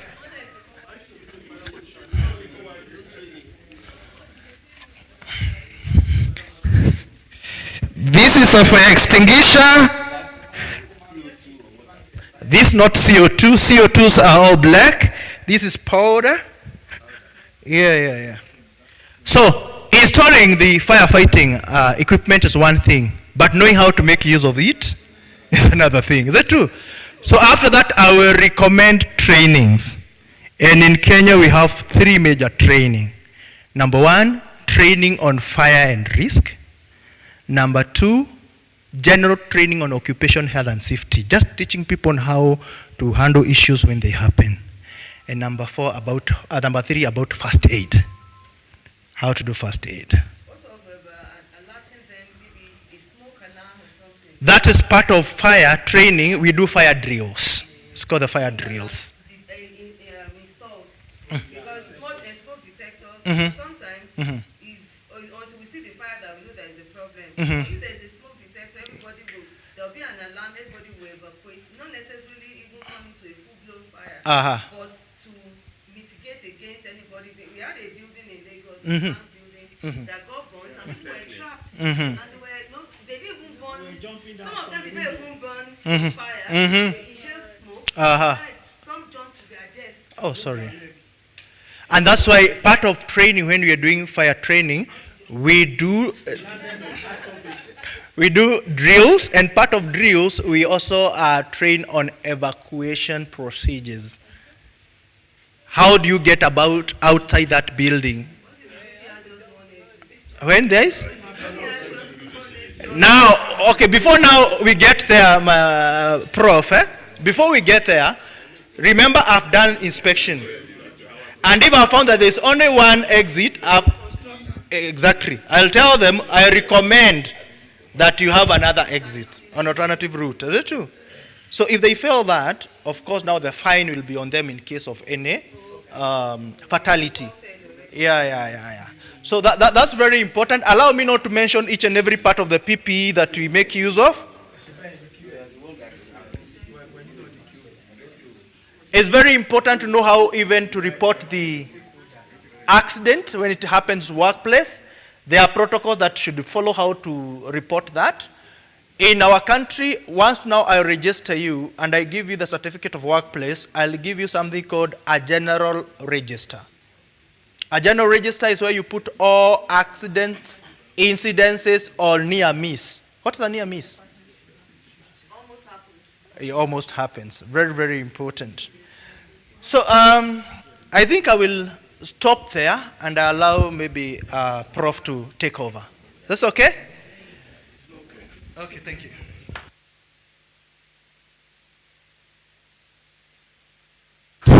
Thank you. Sawa. Thank you. Can we all just rise, please? Let's stretch our leg, I beg you. Because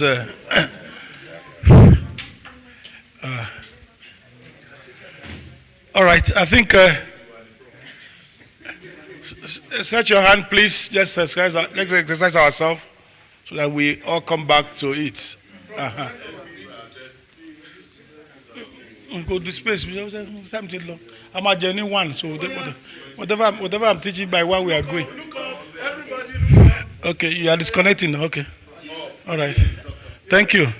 All right, so it's okay. Let's go back to our seats. You may wish to join. No, 3 minutes. You eat Isale Coco doing 1 p.m. Other people are there to take the same food. Me, I'm always conscious of time because the food is by 1 officially. Is it 1 now? 12 now. Is it 12? So I have less than 1 hour to do whatever I'm going to do. Professor Luka is already tired of this food again. Okay, can we jump the lunch? Even though they prepare it, they prepare it already. That we are going to lose the money, no problem. No, we can't make it dinner. Use your money to eat dinner. We have said it severally. Otherwise, do you think I'll be feeding you money day and night? They're waiting. All right, thank you. Let's just sit down. Let's sit down. My own parts, I will tell you sincerely, most of them are also being covered. But it's going to be do it yourself. There will be PowerPoint presentation if time permits me, just to save our time. But to be do it yourself. Carry your phone, carry your laptop, and be ready. First of all, kindly do me a favor. Download Public Procurement Act 2007. Download it yourself now.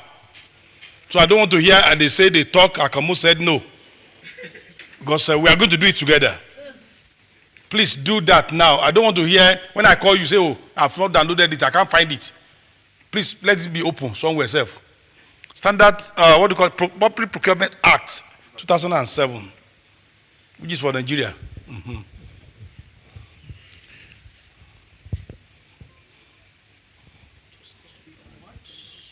No, you can't see my people. Don't worry.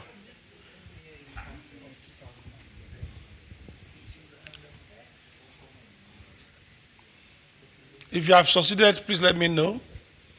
If you have done that, if you have gotten it, thank you, Dr. Wajomo.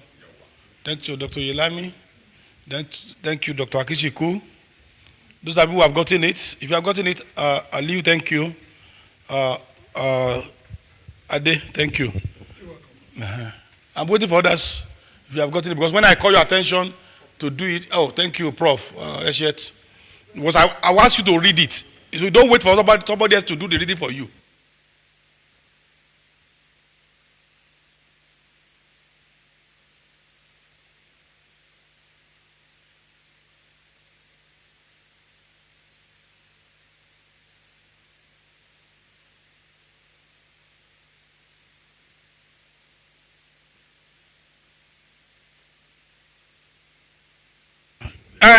Akisiku, do you hear what he's saying? Dr. Elabi, what do you just say now? Say put Nigeria in yourself. And so it's already good. You see now, he's already guiding.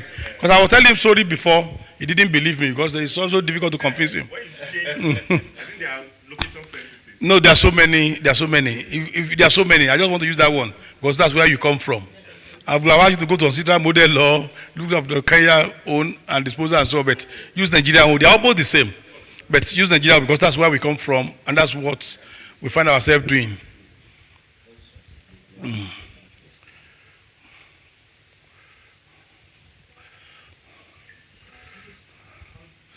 No, don't worry. I'm not using presentation mode.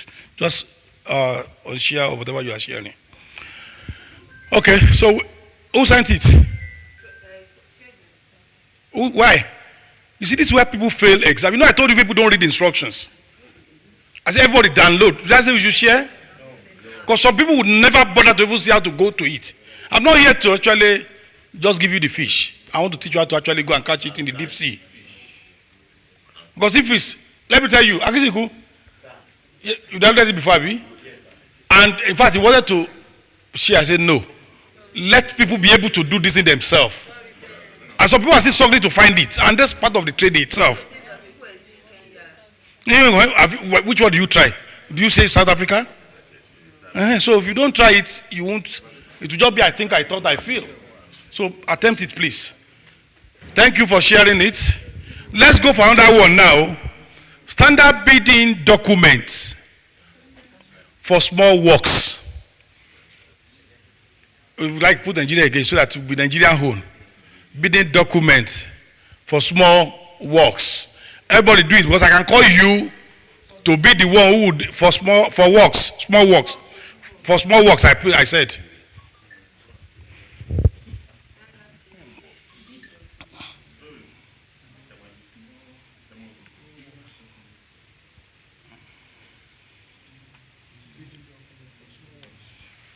Okay.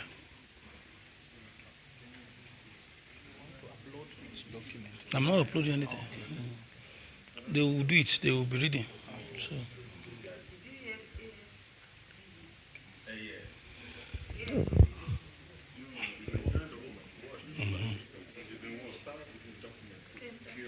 For small works I'm interested in.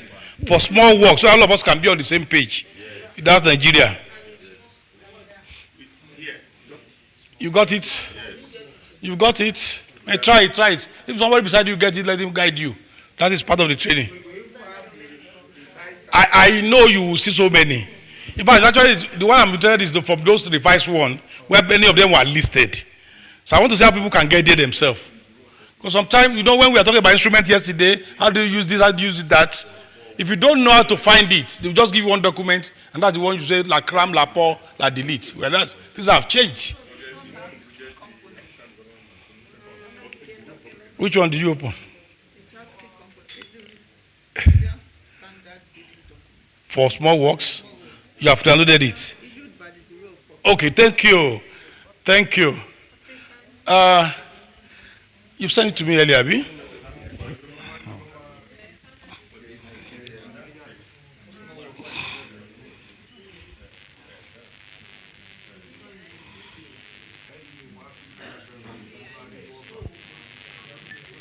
Now, where is the act? You didn't send the act again here? No, I only send the. You sent the act, we did it too now. I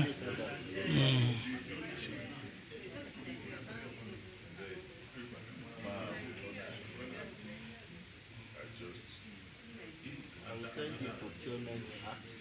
2007. 2007. The latest adjustment 2025. Whatever you have, just send it. So that's the one we'll be interested in now. Clauses.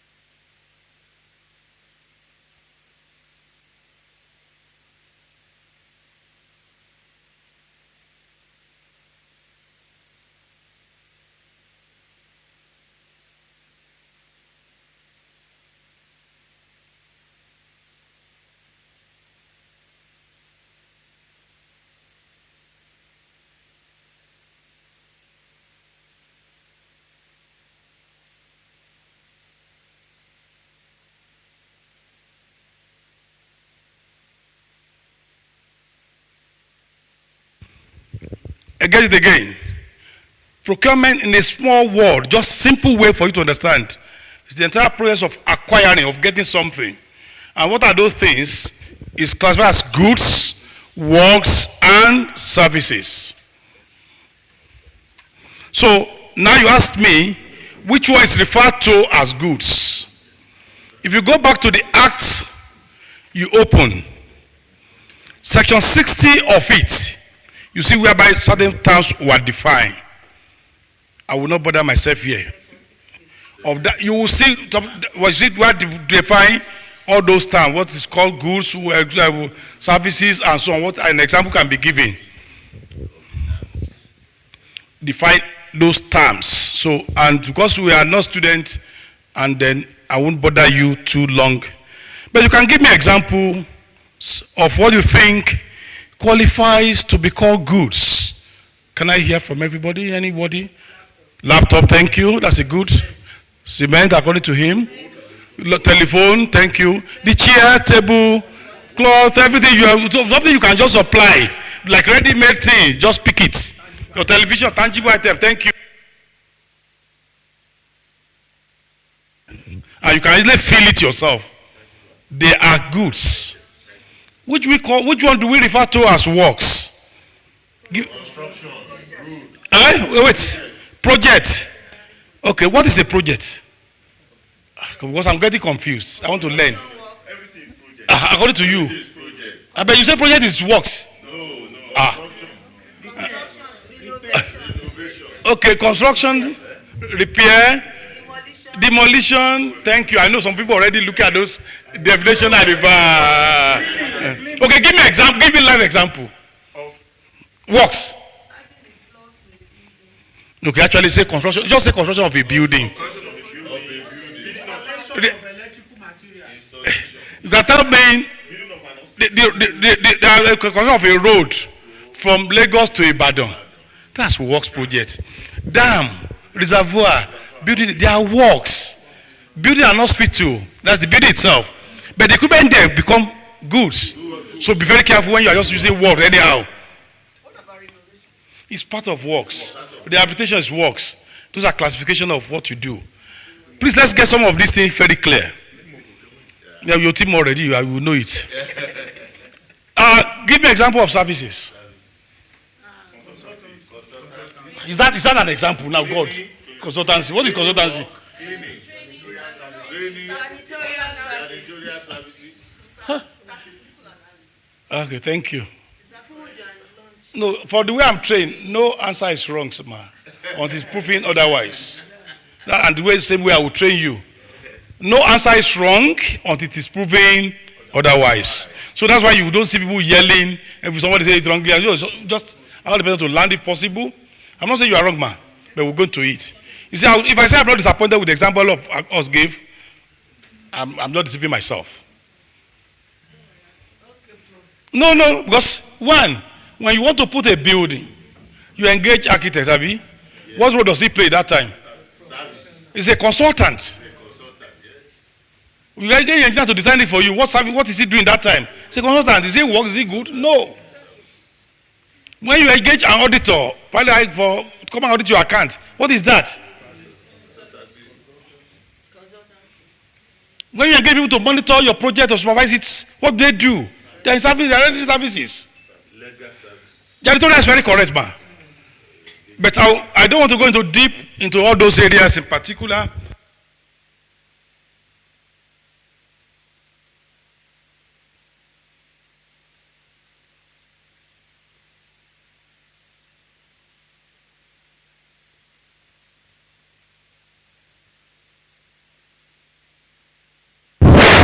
Thank you. Do we get it, the gist now? Yes, sir. Goods, works, and services. Services are divided into two: consulting, non-consulting. So let me come back to Professor Maloma. What was that your question you asked me so that I won't leave it? I said innovation.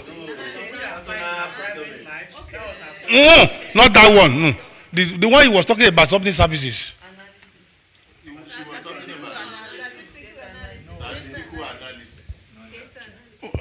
Are you engaging me to do it for you? Then I become the consultant for you. But for you doing your normal job, it's not a service. It's not a consulting service. Because you are doing your normal thing. But if you engage me to do it for you, you engage me as an expert and become a consultant. You are just telling me detail of what I want to do. Psychology of what? If it's within my power, I will do it for you. But no problem. But engage me properly and pay me adequately. Usually we charge in man hour, not yes, we charge per hour, not all this lump sum thing that you could do. No, those contractors who supply goods to the site, they render services. You know, you don't just go and procure the goods yourself. There are different contractors. They don't manufacture the goods. You give them contract to buy. They are supply. We call them suppliers. They call them supply. No, please get some of this language right. Please let the old thing pass the way. Let all things become new from here. We are here to learn, unlearn, and relearn. There's certain common language that we use, and it's already with us. You are not wrong, madam. Although even the contractor is already rendering services. People is bidding for you rendering services. But let's not mix it up. Let's not do English grammar here. Let's do technical thing. Understand this very clearly. Your being here is a service you are rendering. As I'm here, I'm rendering services. But in this context, let's not mix it up. No, now, just to protect what you are saying, those who supplies are called suppliers. When we get to the act and so on, you will read them yourself. I won't be the one to do the reading. Those who do bid are called contractors. Those who render services are called consultants and so on. You see those terms as used in this context. Don't misquote me somewhere else. And when people use it anyhow, and you just say, yes, that's, I don't like people quoting me. Say, Akamu said, no. That's why I say, download those books. Because we are going to see it there. The procurement, like what we're going to save time, there are 3 principal stages you need to know. 3 principal stages you need to know. What you do before you, particularly in the public procurement, before you say people should come and do it for you. We call it pre-bid stage, pre-bid stage, or pre-tender stage. Second stage is the tendering or bidding stage. Tendering or the bidding stage. The third one is called post-bid stage. I'm using those words to be easier for you, not what you are seeing on the board. First one, pre-bid, bidding, third one, post. You see easier? It's the same thing as used in this context for now. But when we go to technicality, there's a little difference between them. But for this purpose, take them as the same for now. If I'm going to argue with Akishiku now, we'll go and do very well in that area. But it's not for here. Yes, ma'am. When we're looking at procurement, you said good works and services consulting and non-consulting. Yeah. Which one are the non-consulting? Janitorial, you mentioned that time. What's your cleaning services? What's of your clothes? Go to mechanic and so on. But we'll get there if time permits us also. No, I don't want to have some of these basic things. Once you get it, I can tell you, you won't have more trouble with the entire thing any longer, and you can become better than I do, because some of you still believe that I'm better in it, and you like no. And I always believe in no. Any of you can, and you can take over some of these responsibilities without any stress. Good. 3 things I mentioned: pre-bidding itself and the post-bid. Then you ask yourself, and you ask me, if possible, what are the things I would do before I ask somebody to supply me a computer? What are the things I would do before I say, yes, let's go to the construction of that building? What are the things I need to do before I will say, oh, I need to engage to design that building for me? It's part of the procurement process. Don't forget, the definition is entire process to acquire or for the acquisition of whatever you call it. Let me stop there. So this process is what I'm trying to guide you. Can anybody tell me what you need to do before you say contractors should come and even show interest in doing it for you? You must do certification, Abi. You should be able to specify. Yes. Thank you. Thank you. And that's a good one. What the other thing? What you want. Now, I have to know what. Eh? Oh, there must be. What you just said is there should be source of funding. These are things you must do. And as a procurement person who need to know, it's one thing to say, I want this. But there must be a source of where would this thing come from. They are all part of what you do before bidding. The first thing actually is your need. You have to identify your need. Yes. I don't want to use all this technical language. I don't want to make it simple. You are very correct, sir. It's need that you must identify what you need. I need chair, I need table, I need Gary. Somebody, she was telling me, what about my private thing and so on. Then you ask yourself, do I have a fund for it? Our roof is leaking. Yes, that's your need now. Yes, you do the need assessment. Thank you, Akishiku. So once I want to get this thing. So when you do the needs assessment, and I'll give you an example. At least almost all of us are from different departments, except 3 of us who belong to a single department here. Or probably 2 other people from the same department if possible. Your department needs a computer, laptop, my department needs, and so on. And we want the university to supply us. The same single university now. So when you identify what kind of computer does the country of your department need, petroleum and building department needs, philosophy and psychology, but I know psychologically, geoinformatics and so on. We do what we call market survey. And that's another thing. Because I'm still under the what you need to do before you go into it. Many of you, we don't do this, we just go straight to it. Some of you download this is what I want. And you just say, you do market survey. Now, this need, as the example we gave, we don't need to say what we call, can we aggregate it? What computer need, what this one need, what this one need. How many do we actually need? How much will it likely cost us?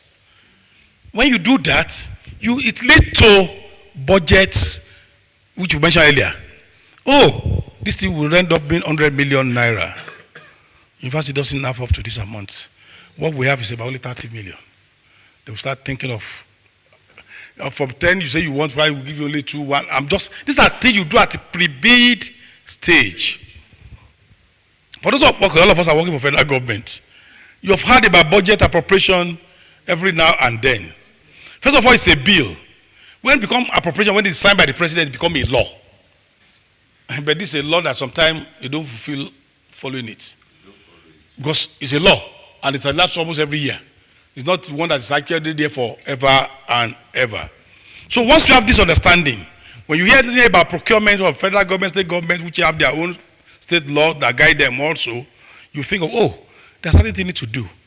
That's what we call procurement planning. Procurement planning. Yes. These are things you need to do before you say, I want people to come and do this. You have actually mentioned developing solicitation document. That's the specification and solicitation document. There are things you must do before you say, bidder come. I guess you hear sometime when they engage people before they start deciding what they want to do. Before they start developing the document. They are all, it's my friend, we are together. So, it's the same thing you do in your department. That's the time you start saying, oh, this type of thing I want after you have engaged somebody. No. They are not in line with the so-called due process. Now, who has opened the... Yes, sir. Where does procurement planning? The pre. Something you must do before you start calling people to come and bid for you. I'm still in pre, and I have not left it. I've not even gone to any stage. Thank you. I'm happy with you, sir. Can you open the acts, for those of you who have downloaded it, section 18. Section 18. Section 18. Just go there, please. The acts. I'm not talking about the bidding document. Yes, I want somebody else to say. Please open it. You know, I told everybody should open. Yes. Professor Adeoye, I don't see you opening. You are still writing like you saw it, man. May God bless you. Any other person who have seen it?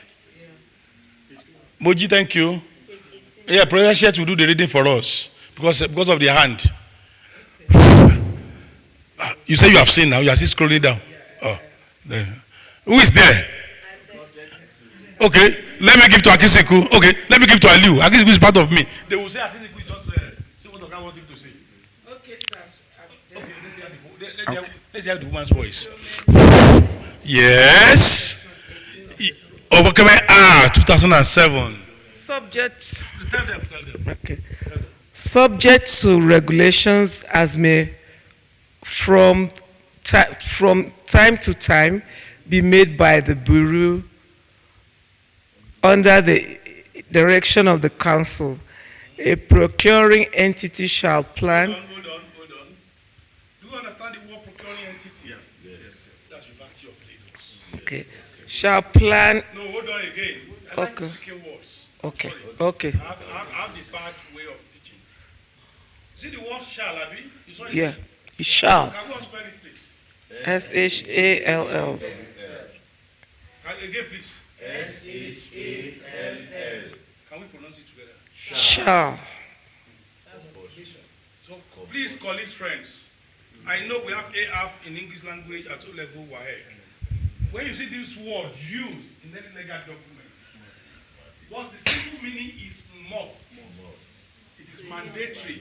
It is compulsory. Get it clear from here. I'm happy to have a lawyer here with us. He's a lawyer already. Okay, he's also a lawyer.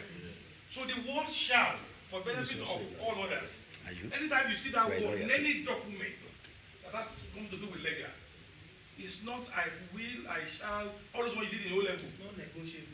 Not negotiable, thank you. Not future tense. Not future as you did in O level or A level. It's not a promise. I will do it. No, it is a what? So, man, whoever is reading, when you see it in our reading, for better understanding of what we are doing, kindly, sirs and ma, just put must for ease of understanding. The word is reading shall, that's when you want to read it for benefit of all of us. just turn it to what? Must. When you see procuring entity, please just put University of Lagos.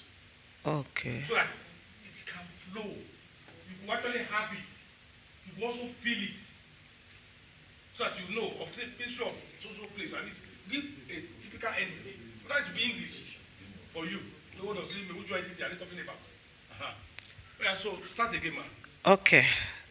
Section 18 of the Procurement Act, subject to regulations as may from time to time be made by the University of Lagos under the direction of the council, a procuring entity, that's University of Lagos, must plan its procurement by doing the following section. We should do what? Plan our procurement. By doing what? The following Can you tell them now? Okay, subsection A of the section 18, preparing the needs assessment and evaluation. Thank you. Colleagues, friends, don't quote me when we were there. Akamu told us we should do it. In line with that law that Professor is who is also a lawyer. Don't mention my name anywhere. And we can mention Professor Ete. No, you don't need to. You have to also have the other mind that do it yourself. You can look at what he's doing. Yes. After you do it yourself, I'm doing. Yes, sir. Otherwise, I use PowerPoint 3 minutes, I will finish this thing. But I know I may not be able to pass the message the way I want it. Okay, subsection B, identifying the goods, works, or services required. Has this been mentioned before? Yes. Go ahead. Subsection C, carrying appropriate market and statistical surveys, and on that basis prepare an analysis of the cost implications of the proposed procurement. No. We all mention it ourselves. Subsection D, aggregating its requirements whenever possible, both within the procuring entity, University of Lagos, and between procuring entities to obtain economy of scale and reduce the procurement costs. Thank you. So, can you see, my colleagues, friends, I'm not the one here talking.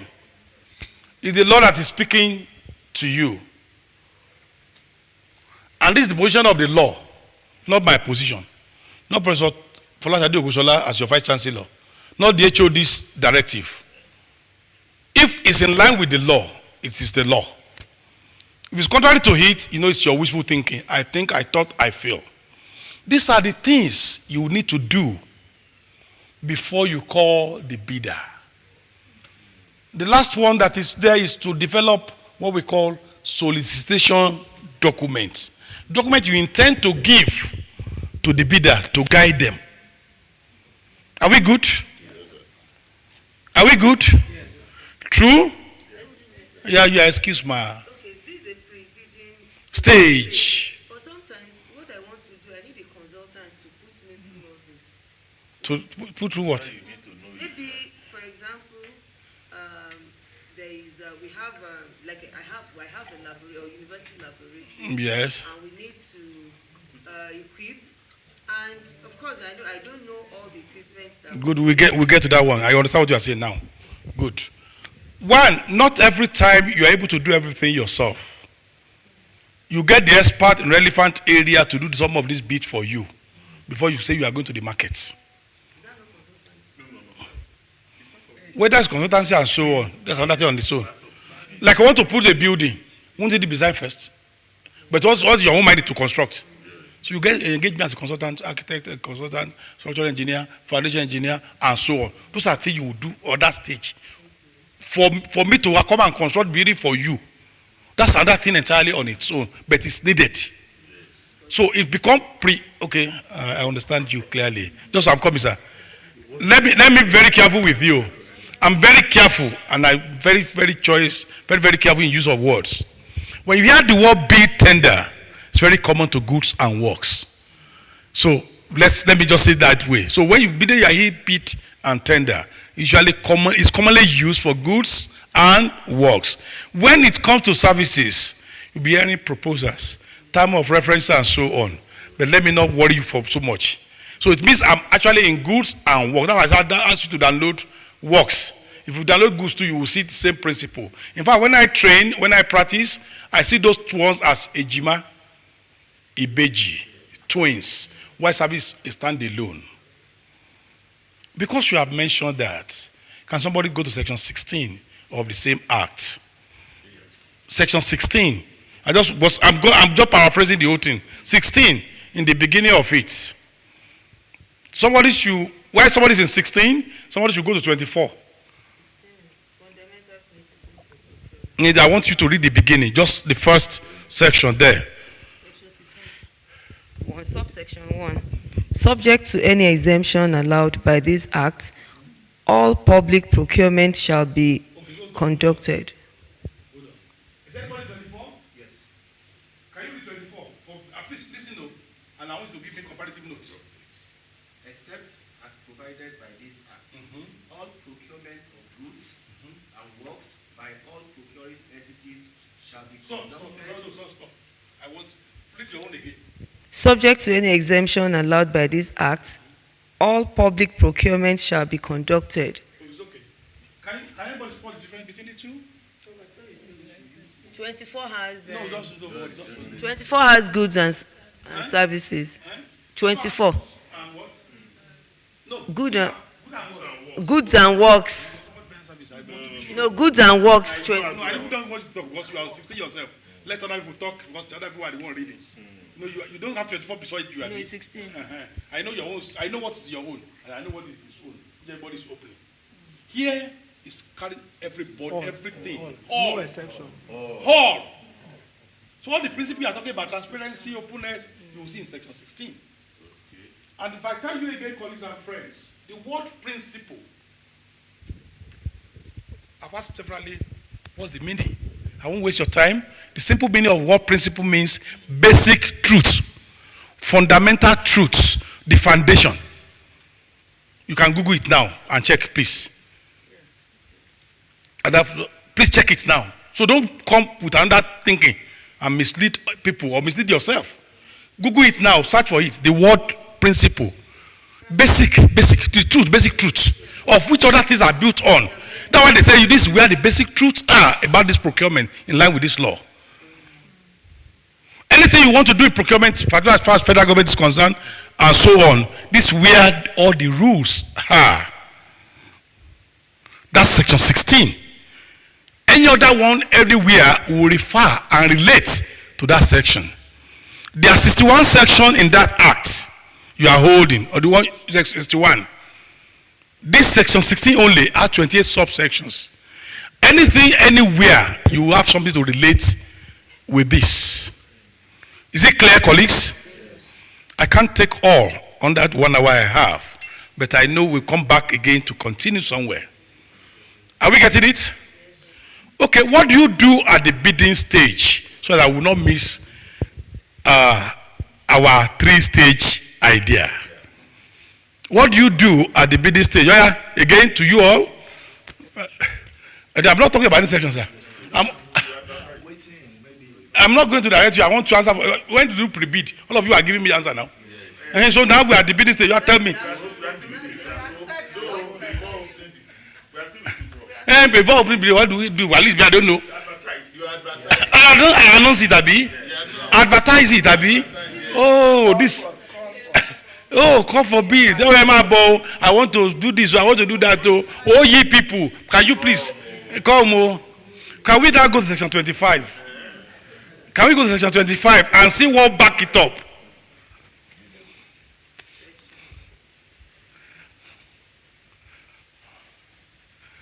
Just to let's see the principle that guides this thing. Who is there? No, originally you won't read. I want somebody else to read.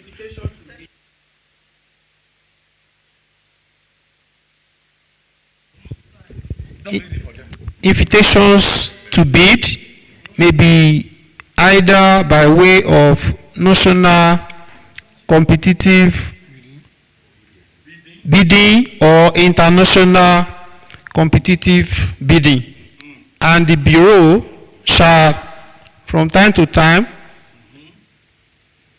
set the monetary threshold for which procurements shall fall under either system.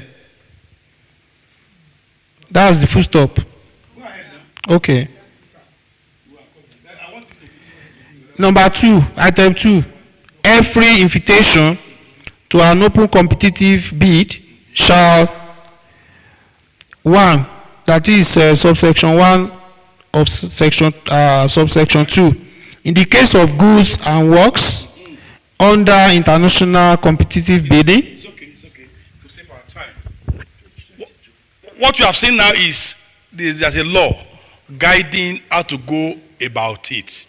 And what this law is saying, based on threshold, the bureau shall specify which one go to national competitive bidding, which one is international, which one may not even go for open competitive bidding. Dr. Aprozolucheyi, read your 16.1 again. And Dr. Akishiku, back to your 24. I want to pick some words there for better one. Subject to any exemption allowed by this act. So when you finish that first sentence, join C to it. Let me see how it will flow. By open competitive bidding.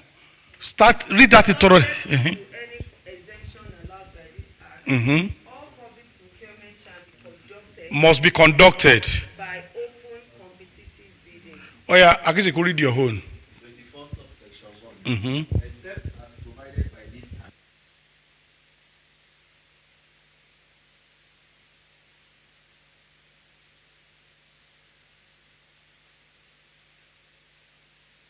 Where you say goods and works. But there's one salient statement there that we didn't pay attention to. And probably you paid to it, I didn't really know. The first statement you made. Can you read it again? Subject to any exemption. Subject to. So he said, except as provided. That means there could be an exemption. Sometimes with this, you only read it and say, hey, they do advertise it. There are some exemptions, sirs. And you wanted to, but now we are saying it. Because we are already at the beginning stage now. No, so I will take you to that extent because time is not on our side. We need more time. And we need more time. And I will do it. I will tell you. It may not even be here. Even when we go back home, if you are ready, I will take everybody through.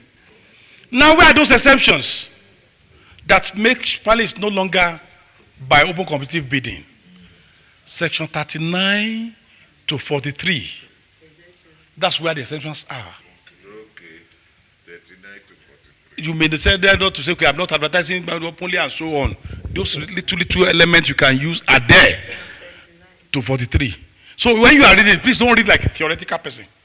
Read to understand. Read to apply. Read to see yourself as the expert in it. That's why you'll be having restricted tendering, two-stage tendering, direct procurement, emergency procurement. It's emergency. I want to do it now. And when will I have time to say I will advertise it and so on? Those exemptions are there. And then the conditions that attach to those exemptions are also there. Don't just go there and say I want to do it.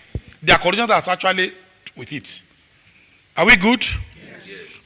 Yes. Somebody said we're at the bidding stage, say we should advertise. I've actually give you the evidence why we advertise from the same law. What's the next thing after we advertise? People will come to collect the bidding documents. You recall I asked you to download the bidding document before? I asked you to download now for works in particular. They are for good. There are so many depending on what you are doing. They want to collect those basic things. In your advert, you actually have your criteria. That's why it is saying the rule will certify and so on. Can we see the name of your company? Are you registered? Could you have a tax clearance? Did you pay social? All those things are basic things. And if you want to see that one, go to section 16.6. D in particular, you will see all of those things listed. It's not that you just wake up and say, we're asking you. No, the law states it clearly. 16.6, sub D of it, make it very clear. From the beginning, you see ABC. Say, Fulfilled all its obligations to pay taxes, pensions, and social security. So when you say they're asking where taxes, so this is where it is. If you start from 16 itself, 6 itself, He listed also say you must have competence people, you must have the qualification and so on. Please read it so that when people say, why can I not do it? See whether you meet the criteria. Okay, and, go and read, man, read. Requirements contained in any solicitation document shall possess the necessary one, professional and technical qualifications. Are you qualified? Am I qualified? Particular procurement. 2, financial Capability, yes. 3, equipment. You have equipment to do the job? Infrastructure. 4, shall have adequate. Thank you, ma. It's okay. It's okay. It's okay. I won't say off your mic. So when you're evaluating all these people have been stated there, we are going to check all these things. And it's open. It's in the document. That's at the bidding stage. When they collect this bidding document, what the next thing is for them to come and submit the bid, Abi? Yes. Whether online, offline, bid submission. These are stages within the bidding stage. Don't forget we did pre, Abi? So if you jump any, we will say you have jumped or you didn't follow the due process. You need to they need to submit the bid. To justify bid submission, sir, ma, go to section 27. See beside it, what is written there? What is beside it? Good. That means say the law even recognize you must be submitted, and the manner which you submitted are written there. Can you go to 48? This, like I told you, bid is usually for goods and works. Go to 48, section 48, and tell me what is written beside it. Can you hear that? That is for services. That's for services. Proposal. Ben, sir. As far as this law is concerned, you may go to another context, another environment, they'll tell you another story. No, I'm not disagreeing. Yes. You will see, no. Can I tell you, sir? From section 44 to 52 is about service only. When you read 24, 25, it's about goods and works. So we need to know how to use it. Otherwise, you'll be carrying the rule of goods and works for services. No. There are documents, or that place where you download that, there are a lot of documents that guide you further. That's why I say, if you want to know it, please try to know it and understand it. Don't come and professor me or say PhD and do some. 20 submission. 22, sir. Ben, sir. Has somebody read it, Abi? Am I the one who read it? Who read it? And you are still asking me. But you do. Peter. We are learning. But it's the one who read it. All right, thank you. God bless you. So, sir, yes, ma'am. I have a clarification. Clarify now before it's too late. 6. Procurement methods. Yes. In bracket, goods and services. That's error. That's why they put service there. That's why the other is you see section 24.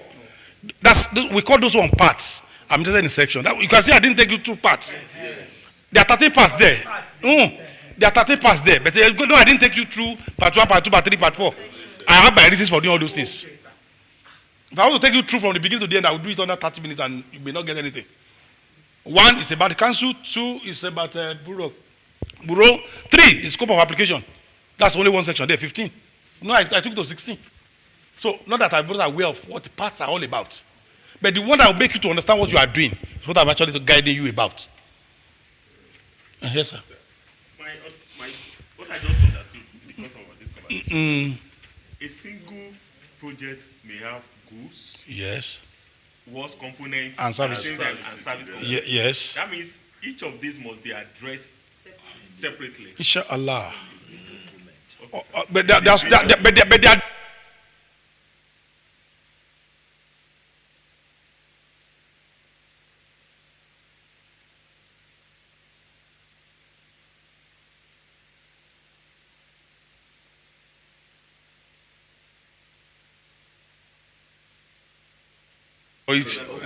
So good.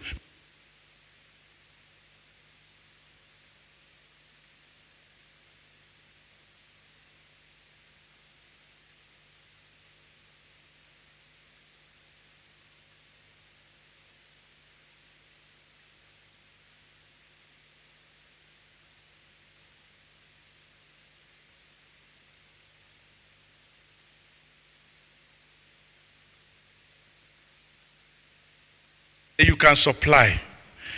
If you want to be a consultant, you be a consultant. We'll check criteria for consultant. If you are qualified to do it, all right. But you can't be on the same project. You are the one who decide document for me, who prepare the solution document for me, and you want to bid for it. That's only. Oh no, conflict of interest. Only. Olori only. That's not jack of all trade.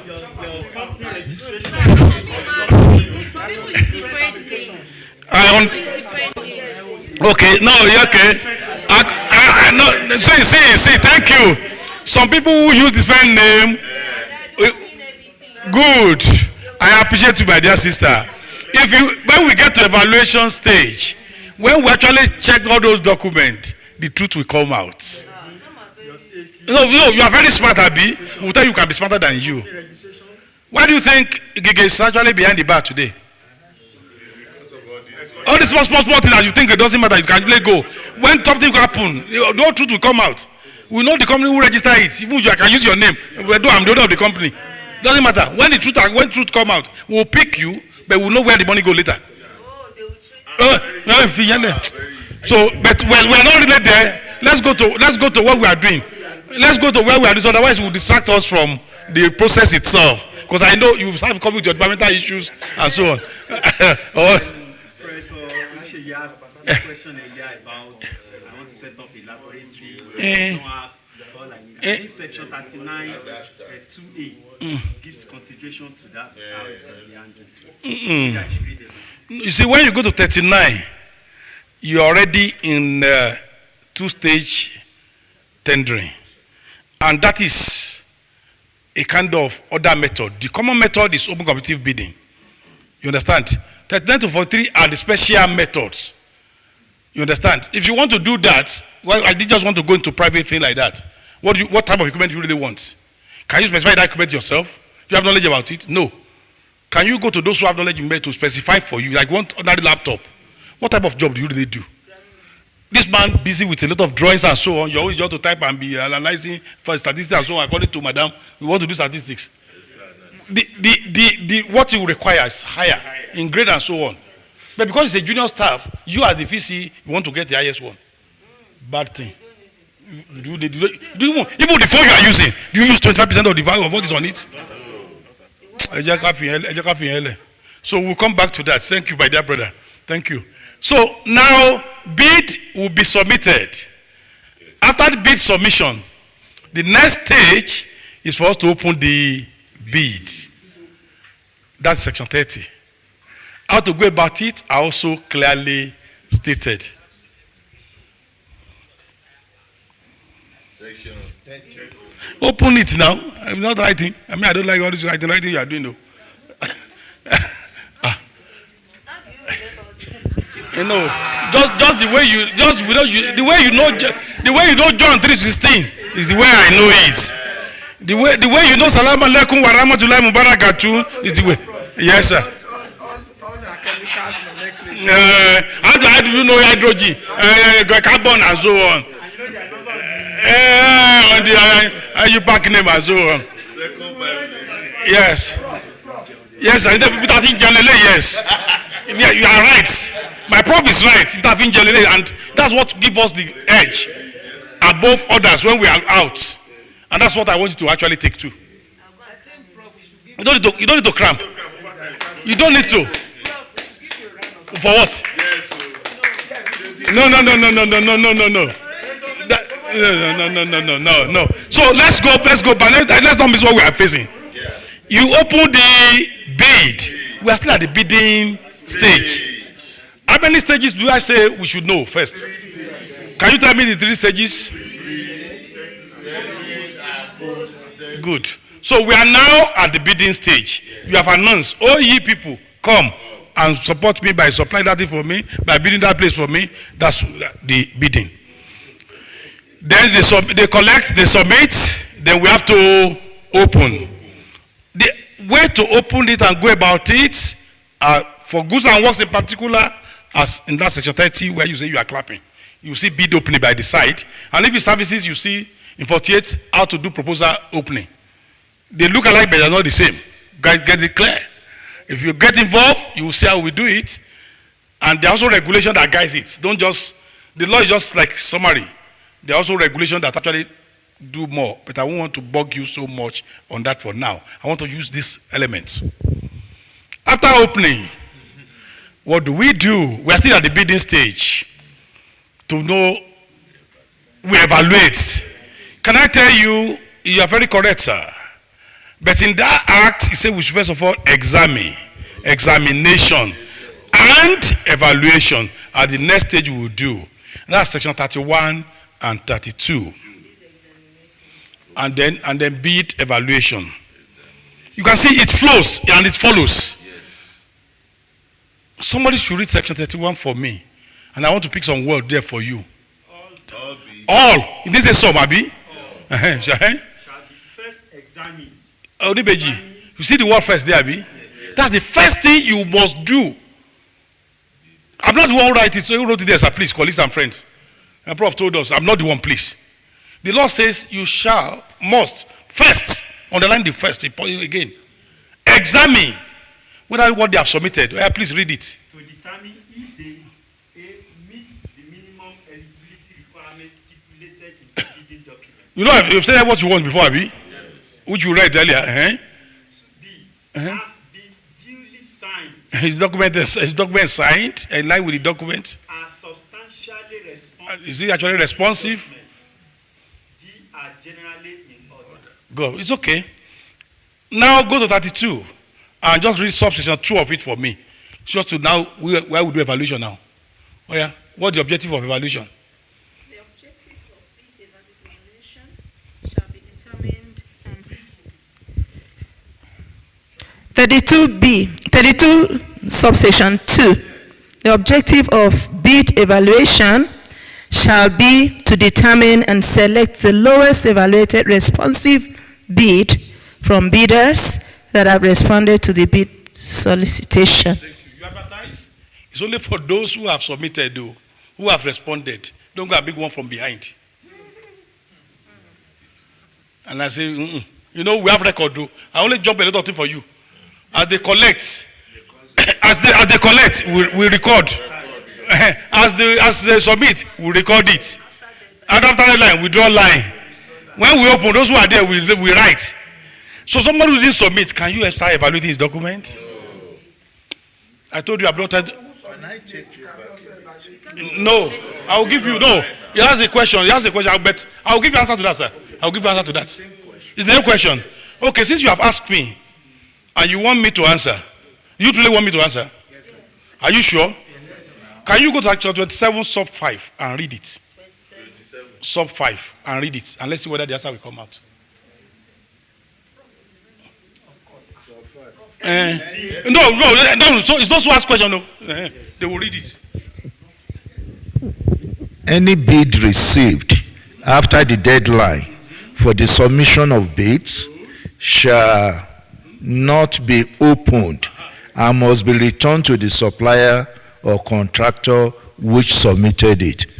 QAD. I'm not the one who answered you. It's the position of the law. You want to ask a question? Yes. I want you to relate it to the three cases scenario in case of evaluation of the hospital 1, 2, 3 in terms of. But if okay, that's services now. Yes, you said. Sir? That's services. People know that the third person is because Don't worry. Let him say it out. Let's. I'm not making reference to either. No, you said. Yes. It's possible for the two of them to bid for a particular work, and it's based on technical and financial specifications. Yes. So if the financial is 80%, the technical is 80%. So I want you to. Okay, thank you. I want to tell you, sir. No. You have to be very careful. I've told you, I'm always afraid of theory. I like things in practice.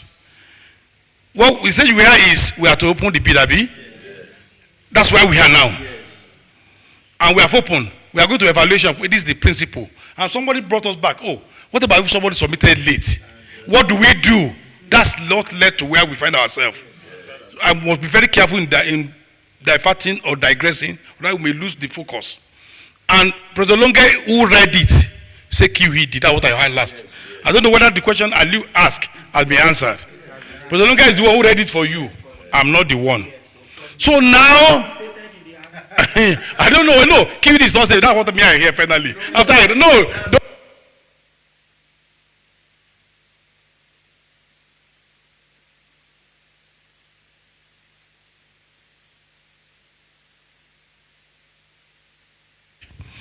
So everybody can actually be on the same page. I'll come back to you, Ayola, what you said. Now, you know we are already in examination and evaluation. Yes. And that's where this question actually comes from. It's okay. One, thank you. So, to examine, check all those things. If you go through that 31 in particular, it has a lot of subsection. There are what they call major deviations and minor deviations. When you're actually checking, they meet the requirement you set. What is asking, that's where you answer it. You do it thoroughly. That is where you say, okay, because when you are talking about quality cost approach, that's services, commonly. I'm going to do technical first to know whether you actually qualify to go to the cost. If it's quality based only, I'm not even looking at the cost at all. I will look at what they have supplied based on requirement we've stated. That's why we don't say, okay, this company here is even qualified or not. 3 of them already qualify. They've actually qualified based on technical qualification first. And they are now moving to the costs. And because they are all hospital, register, license, and so on. But the safety of your children are matter, your wife is matter. Okay, 10. But when you not get it, they say, to register is 200,000 naira. But do you want to go to 50-50? No. May you not go to that cemetery. By the time you go, come there on Thursday and Tuesday when they will bury.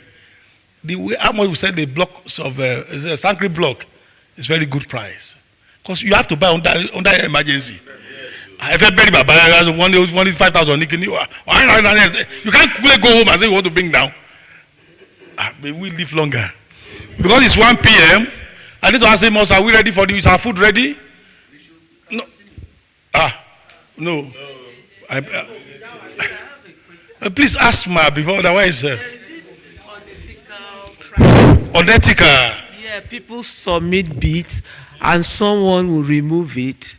I don't know, I'm just asking.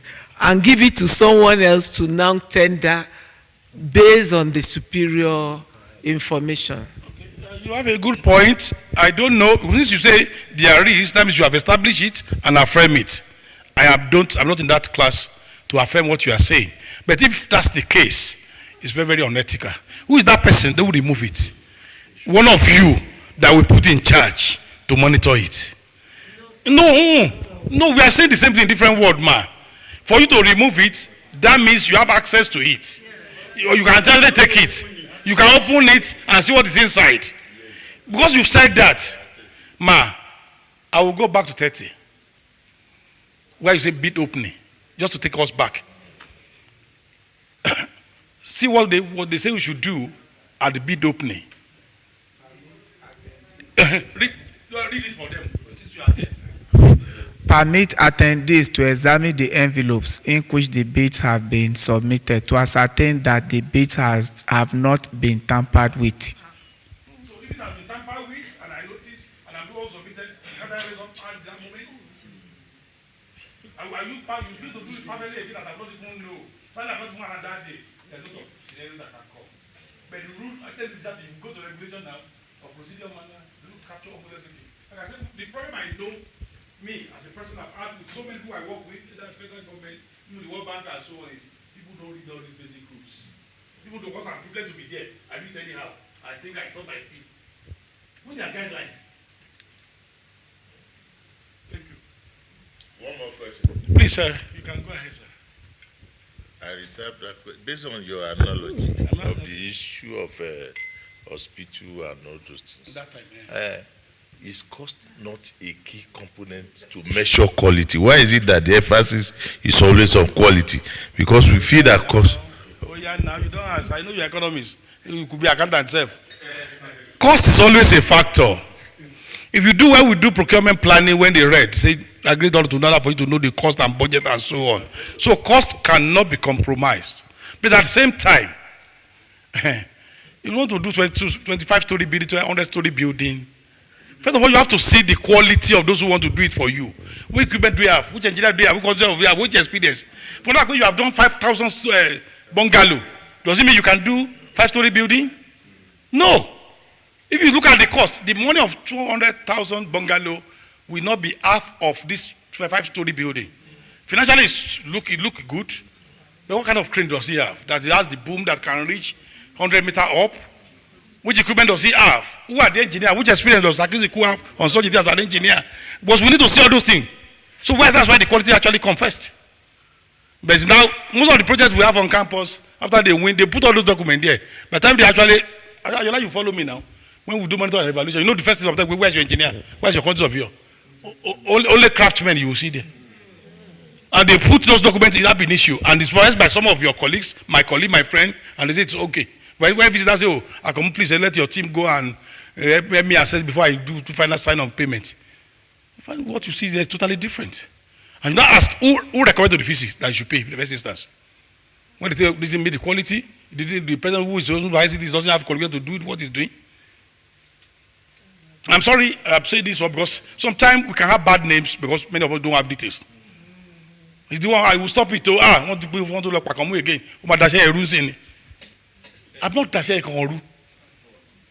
You know, in the bidding document, you have submitted those names. Akinwale is there, Akamu will be there, Alonga will be there, and so on. I get to the field final now. Where's Akinwale? Who's writing this particular part? Because he's the engineer. And I don't think this will be the reply. We need to explain to us and justify. I'm making a craftsman or just ordinary technician in charge. Luckily, it's also part of my team because I make sure he's there. So let's not derail, for example. So at bid examination and so on, you see a lot of things to be able to separate. When you are evaluating, evaluation will be based on criteria you actually set in solicitation documents. Can somebody, we can agree to continue? No. I'm at loss.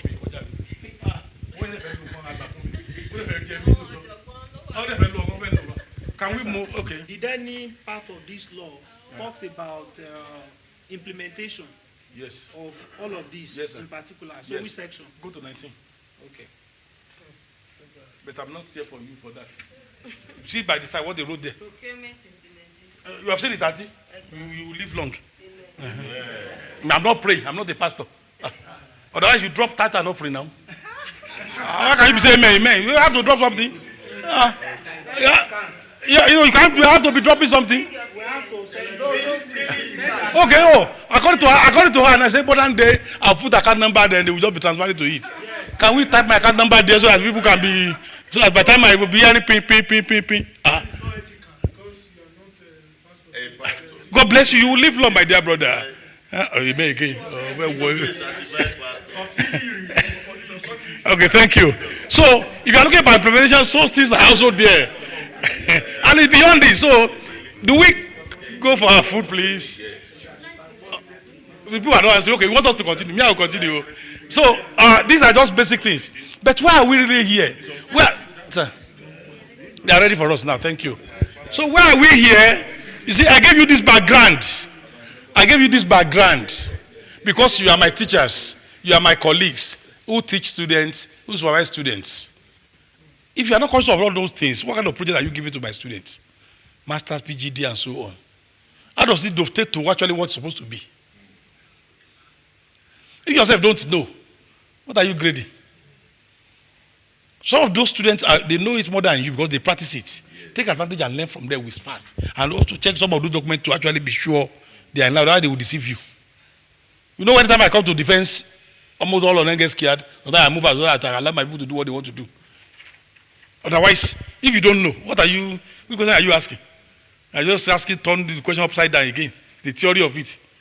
When shall I say must, and you are saying, like somebody say, it's not I promise. How can you say I shall be in Lagos tomorrow? That's promissory note. It must be a mandatory under legal issue. So please, let's get this thing clear. This is one of the reasons why we are here. And then how do we link? Okay, let me just stop there. Okay, after evaluation, colleagues and a friend, the next stage is to seek necessary approval. Some of those approvals are in the video. To seek necessary approval for you to award contracts. For you to award, if you require approval, to award it after, there's an evaluation committee who will go through, who will submit to one tender board. These are internal things. And then a winner will emerge, which is declared, for the goods and works in particular, lowest evaluated responsive bid. The word evaluated comes from that evaluation you have been going through. From bid examination, you have gone through them one by one, those stages. And based on this, you feel, oh, this is responsive. Then you can say, yes, it is good. Akisiku, a grade, I'm coming, sir, by Oga Builder. A grade 20 concrete now will cost like how much? Thank you, sir. So some of you don't understand what I'm saying. I've confused you. And that is why sometimes I'm extra careful in doing this. Concrete has different grades. What we are saying, for you to have a grade 20 concrete, you need about 5 to 6 bags of cement. You need a certain quantity of sand. You need a certain quantity of gravel or chippings. You are going to put water, because of doing it and so on, before you don't get 1 meter cube. That's what I'm asking him. You can pick up the bill. If I'm going to use 6 bags, how much does a bag of cement cost? Let's use 10,000 naira. That's, first of all, the cement itself is 60,000 naira. And somebody that give you price when you're evaluating, total price is 60,000 naira. So colleagues, won't he put gravel there? Won't it, the cost of labor is overhead and so on? So that means what he's doing is to gradually give you a burial grant if you ask him to win. So you now say it's no longer responsive. But his price is not responsive. Are we getting it clear, sir? Yes, sir. Can we then say, from what you just said, is the reason for some of the abandoned projects in England? I don't think so. If evaluation is done properly, somebody with lowest cost, which is not responsive, will not win. And most of your projects on campus, why it's not completed, and I'll tell you based on my little knowledge, is based on your appropriation. The money will not be released. Contractor does their part, you don't pay them. But inflation comes in, and so on. So where would you get the money from? Do you think it's just your own market? Could it be that I collect money for 5 bags of cement and Yeah. I manage 3? Choose F. And the building now collapsed. That's Is this law able to yes, sir. Yes, sir. There are room for that. Okay. The library didn't collapse. I said many of you have erroneous thinking, and you go there, go and you use language that is common. That's common language that everybody can easily understand. For those who are technical, go there.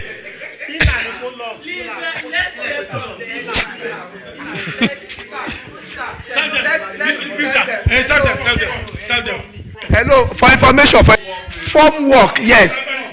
Then Maryland Mall. Form work is okay. I want to cast a floor slab. All right, we are truly enjoying all the contracts. The bidding process stop. How to now monitor the quality, the control, and so on. So let's go and eat our food. Do not forget your tally, otherwise I'll be the one to say they should not give you, because it's part of instructions. Come with this document before you say I forget it. Tell them, Jerry. He's looking at somebody.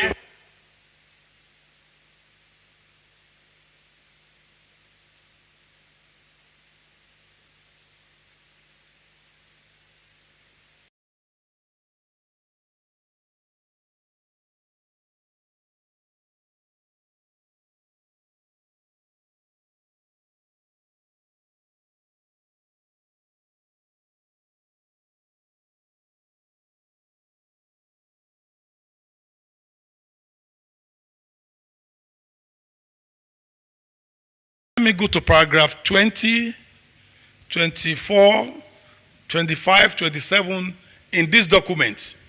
And let us see what it's talking about. You'll be surprised. Most of the things we have discussed earlier at the pre-bid stage, bidding stage are also there.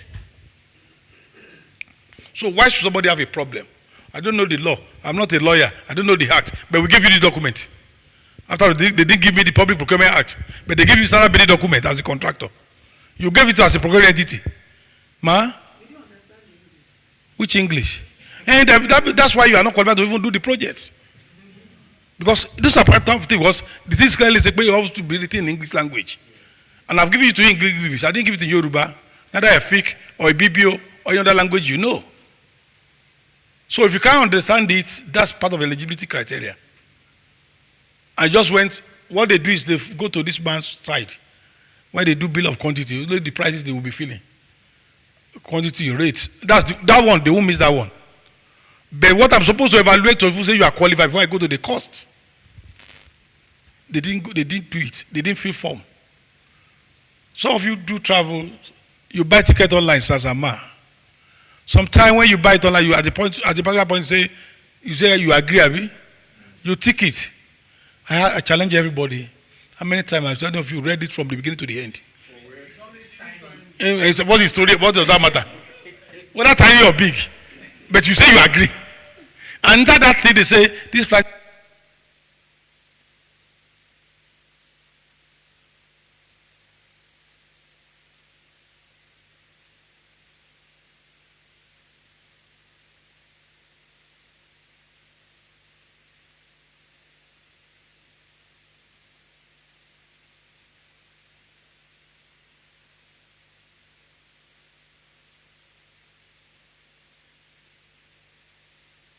Clear, very, very clear.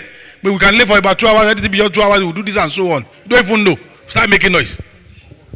I'll show you, I've missed my meeting. They will show you this thing. I'll call the minister. Which minister? Minister could be stressed.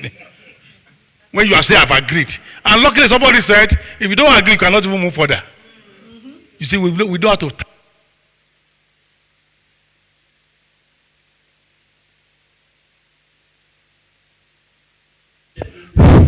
Hey, that's business by Jimmy now. So you have to agree. Thank you, Yari, my brother. So let's quickly go to those paragraphs or subsections to see it. Now, this is how to do tender. They want you to fill your name and so on. Because tomorrow now, because I said this because you may want to teach my students. Some of you say critical procurement, you know the procurement and so on. If you don't guide them using all this type of documents, just go online, download the materials that somebody found with his own mind and opinion that are not even in tandem. And you are using it. You are indirectly misleading them. But if you are able to make references to this, you have formed your notes. It's like you are giving them the holy book, Bible. Before you start reading Abaji's book. Or Bishop Oyedepo's own. First of all, get the Bible, Nabi. Before you have anointed men of God's documents that also help us to break through. But I enjoy the breakthrough so much, man. So these are the anointed book that follow the heart. Which if you really want to succeed in this area, in this trade, you must be able to know how to use them. Let me tell you, they can be so. I remember in those days when I was in BPP, after the act, we have 12 documents. 6 is for services. The remaining 6 is just for goods and works. So I always tell them, those are the apostles, why the act is actually the holy book. So you need to read those Acts of Apostles, they are 12, including Judas among them. So you need to understand some of these things. So now if you are engaged or you are involved or you are teaching students, how should tender take place? How should they do it? There's need to invitation to tender. What should be the content of invitation to tender? That's what you are seeing here. Name of procuring entity, University of Lagos, contact name, Professor Adeoye, his address, number 5, DLI, Economics Department, Kia, Dr. Elo Yelami, email address, oyelami@dli.edu.ng. If you have to send that number, if you give it a number, you need like /DLI, it's like half. Tender name, construction of DLI 20-story building. Or just say multi-story building to cause confusion. Let them be reading the drawing later. Like we did somewhere when there was trouble. I'm giving you this again. When the case of library came up and there was more trouble, I was part of the council, attendants and so on. The council chair said, how many stories the building from the document? Say, sir, only the document will speak to that. I can't answer you affirmatively. Boy, that's the way he said.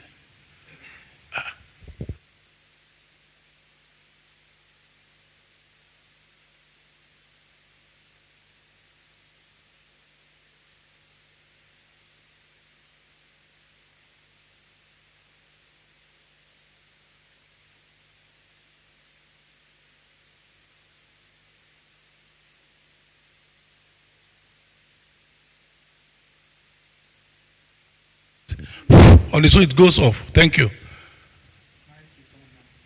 So, but the story building, okay, if you want to know how many story itself, there's an architectural dread that will show that one. I'm not an architect as far as that meeting is concerned. Even when I know how to read, I can't read it. I came because as a procurement person expert in that room. So if you have an architect among you, you can read it. When you go to engineering part, say, no, I'm not here as an engineer. You can invite your structural engineer who you engage to come and be defined. As a consultant who design it, Abby, and you should come and be explaining. Because these are some of the things you must learn should get us trouble in future. Yes, so we have to be very careful when you are in position and your role are actually well defined. Your professionalism, you don't lose it at delay.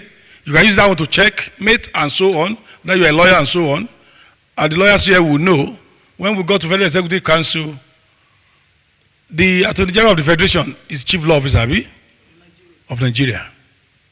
Whatever he says becomes the last word at that moment, unless they go to the courts and turn it. Whether you're a lawyer, you are son before he was born, doesn't matter. And I'm privileged to be in such a meeting. I say, whatever he says as far as this meeting is the Attorney General. Not because you are son and you are Minister of Education. What does that matter? You are here as a Minister of Education. Keep that your argument. Because when you want to seek clarification on sometimes, you have to ask where you go. I'm sorry, I'm not a lawyer, but I was called to the bar where they actually do water. And we drink water there. Yes. So instructions are given how to do if you want to tender. Those are the things you are seeing there. Like I said, I just want to show you all those things are just example, how to do it and so on. Even for you as procuring entity. Address of submission of tender, you write it clearly. You don't say 4th floor. You say room 205. You must make it specific. You say you don't send it building. What do you mean by Senate building? Room 3805, Senate building, University of Lagos. Well, you know you go to where the 8 is and find 05. That's where you're going. You can't stop at 801. Or go to 802 and submit. Or submit in the under room because it's very close to VC or Akamu, submit in Akamu's office. We'll go back to submission of bid or what they call major deviation. Anyone submitted the wrong place, also a major deviation, and such bids are rejected. I will show you, if time permit me, I will take you back to the law. And it's also in the instruction. It is there, it's inside the same material. Now say you don't know. In better come I have several examples on this, probably with the University of Lagos. Some will go and carry because they know from the council chair to the fees, they will go and drop it for VC. and I'm about to put it, I bring it to me and say, what about it? That's wrong location. Our sheet doesn't show you submitted before deadline. And like you read, any bill received after deadline, shall not be open and should be given back to the tender who submitted it. And me, I didn't know. That's what the thing says. I don't know the. I know. I must be given back to him if he's there. If he's not there, that's his own headache. Okay, so these are just guys, like I said, and like I said, just for knowledge. And I say this, and I do this because some of you teachers, you are teaching procurement, you are supervising procurement, you are giving students project topic, without having knowledge of some of this rule itself. I'm not training you to become procurement staff immediately, please. Get that one very clear. Even though you are getting involved in different procurement. But you must have understanding of the principle. Because many of you could not have opportunity of have the hands-on, the practice itself. But you are the one overseeing what the students are submitting to you. You are the one guiding them. I tell you, when I read some of the things the students submitted, because I know they just have to graduate, many of them will not cross the scale. And it's under your signatures as a man. And they even score A. So, in this transition period, and I want to appeal to you, don't go and face student too. I need to say it clearly. Because once you face student, we have to actually investigate you whether you are actually the failure. And we only try to transmit it because you have the power. And once you face student, God will fail you. But when students fail, student will fail. No, student can fail. But let them fail on their own. But when you feel it's not serious, I don't see him, God will also not see you at a particular time. When you need him most. Thank you for saying Mejari. Because if you don't see him, look for him. Biology project, like I challenge one of my colleagues here, project has a title, has a course code. The register is that semester. Just like your normal, you put a timetable for it where every week I need to deal with my student on project. We don't do that. See me next month, see me next week. That's the only thing we are saying. I'm not challenging any of you, I'm only saying, expressing my mind. We can do it better. And it will be easier for all of us. And by the time you are free, like the Bible says, you will be free indeed. But if you don't know, you will see tension on you. My brother, I start calling her. Oh, Prof, that guy self. And truly, the guy too, now true self. I understand because, I call the guy. I found like now 0. But I said, Madam, you will never do what. You're only talking about this last minute now. You come once or twice, you didn't see you, and you yourself didn't see him. Yo. No room for that. Prof, some students are something else. We are something else. If you say something else, we are something else. Are we available now? If you don't want to see you, can he see you now? If you want to see physical. By the time you are calling him, he's also no longer available. Put timetable. PRM 799, Thursday, 4 to 6 or 2 to 3. You don't pay that time you dedicate for all of your students in that category. Either on Zoom or whatever. Sometimes physical something may not even be visible. Like you are here now and you need to meet them. I've done that one this morning because I need to see some of my students. Quickly do a brief meeting. I'm sorry I'm not around. This is what we need to do and so on. President, we are talking about review. Do it online. Send your document to me. I review. I send back to you. I'm free. But you are waiting until 6, 7 of them pile it together. And I can be asking you, give me result. I just, about 6 months ago, they have not even submitted. How will I give result? Then you put all the blame on them immediately. I'm not saying I'm perfect, but we all work to make the result. Whether we like it or not, like undergraduate, you see end of semester will come. Decided to be expecting result, Abi? Because recommended. Senate, approve. And if it's not ready, the following department have not submitted their results. Law faculty. It was just one department officially. We can't see your year 2, year 3, and so on. How would they go to law school? I'll just use that one as an example. Oh, sorry, it was English that has not submitted results, and so on. But what is before us is law faculty have not submitted a result. That it will be another thing we come where it is English department of another faculty that calls it. The Senate can take decision. So please, I'm saying this because, like I say, I'm not like God. I'm saying because I told you the end of coming here is how to brainstorm on the way we do our things so that we can make better progress within the common project we are doing together. You are part of the project I'm doing. You are not just the teacher who teach number courses. You are part of the teachers of the project team that deliver and give results. For those of you who know, we call this project DLR. Disbursement link indicator and disbursement link results. This indicator, train student. Results, graduate has a number. You can't graduate, only 2 or 3 students you have.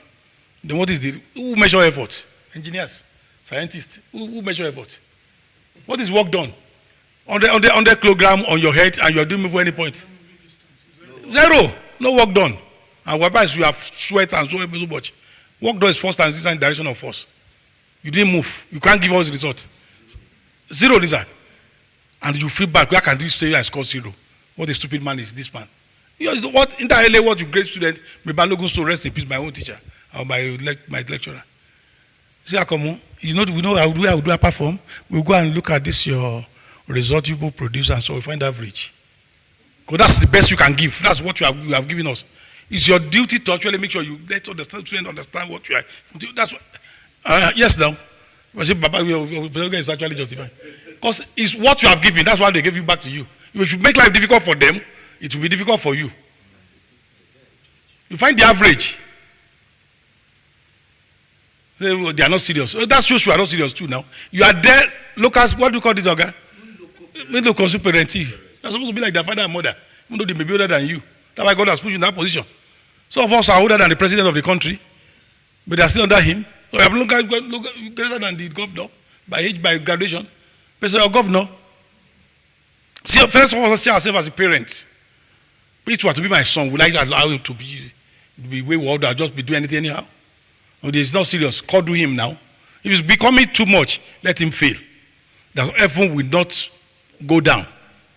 Now I say, let the student feed themselves, not creating unnecessary tension, burden on ourselves, and say because they have not seen him, it's really rubbish. So, essence again is for us to know what we actually need to guide them with. That page where you download this thing, there's a lot of material there. Use procurement. So many of them. You may not understand it immediately, please. But it gives you a guide. It gives you a guide. Thank you. So let's go further. See instructions, general provisions. That's A. Let me go to B. I'm not going to read it. Just to let you know, there's nothing hidden in procurement processes. The only thing hidden is people are not ready to read, comprehend, and act it. That's act. That's acting it. So it's there. These are general. Do you see something in bold, Abi? What is written there? It's section 3. That inside this document, we evaluate you. I've kept it inside. Like I say, you give backing scheme, you start say, my students should fail. How would they fail? But Professor, you say my students, you know, before they come to the exam, they must do tests and exam, they must do assignment. And when do they submit? When, on the day of exam, before they enter the exam hall, anybody who didn't submit before they enter exam hall, I won't collect from you. Any bill received after deadline shall not be opened and returned to the sender. When we went to a conference, only students who are able to meet 10 a.m. meeting were the ones that were allowed. I didn't tell them what the opportunity that will be there. So sometimes we need to practice what we're also learning and see how it works, and God is being faithful. So, see it. This for federal government, not for state government. Let me tell you clearly. Every state has their own law, they have their own regulations, they have everything, but almost all of them are the same thing. Even the World Bank Code is almost the same principle. But you must know the one you are using or the one you are working with at a particular time. For you as a teacher, you can use any to guide them. Like principle, fundamental truth, the foundation, the basic truth of which other things are built on. This is where the principle lies. So, I want to see eligible goods, equipment, is giving instruction, tenderer's responsibility, what you need to do as tenderer is given here on those 5. Content of tender document, see. Instruction, tender data sheet like we saw earlier in that content, but this must be all the thing. Yes. Site visit, pretendering meeting, because this is for works. If you need to do pretender meeting, how to go about it is given. If you need to make clarification and amendment of tender document, how to go about it is given in 9. If you need to amend, if you need the preparation of tender document of tender itself, like I think Ayola was the one trying to say how to do the criteria and so on, was attaching it. See, is it not here? How to prepare tenders. What's the cost of tendering? What language do you use? Like my dad said they can't read. Let's read that one. Shall be written in what? In the English language. Auntie, you mentioned it that time, so and I told you, it's not me now, it is here. We refuse to write it in Efik. And we run away from a BBO. And Yoruba, we don't agree. And then we say we are using Hausa. Non-Igbo. Thank you. So, the document is there, so it should be written in English language. And that's why it is written in that language. And if you know you don't understand, you can't read it, look for an interpreter to help you. Engage people like us as your consultant. You pay us. We will not suffer. And nobody is an engineer. What is he doing in this area? Continue do zoology.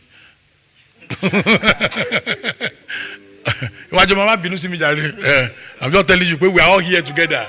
We are here together. Marketer. Documents comprising the tender they are giving here. I was interested in going to 2024, 20 something. You have alternative tender to handle it. Let me go more. Let me go to that 20 or to B. Documents comprising the tender proposal. Let me see. 19. Let's go to 20 here. Period of validity of tender. This is a document that when you prepare tender, you give what they call validity period. The simple meaning of that validity period means when the price you are giving can still be earned. So, and what we do here, we calculate up to the time that we are going to evaluate an award. say 90 days, 120 days. But you say you want to maintain this price. Don't tell me because fuel and change, the thing changes. No. Or you are withdrawing your this thing. No. So the entity itself determine what will be the validity period. That be 90 days, 100 days, 120 days. You give it. And if they are selling this for you to change it by virtue of voice of economy and so on, you also change either before submission or because of validation. Thank you. So then let's go to tender security to secure the tender that we are not going to change it and so on. Otherwise, all of you, when the lowest evaluated responsibility say no, say I am not taking it because they are 3 in 1. Want to give to the highest price. The bid to security you give, we are going to cash on it. So there's principle that guide that, and that's clearly written. Let me go. 24, I'm interested again now. Can you see 23? 20, okay, on top of it, submission of opening of tender. That's what you read earlier, have you? From the act itself. It's also a bidding document. Make it very clear and make it a stage.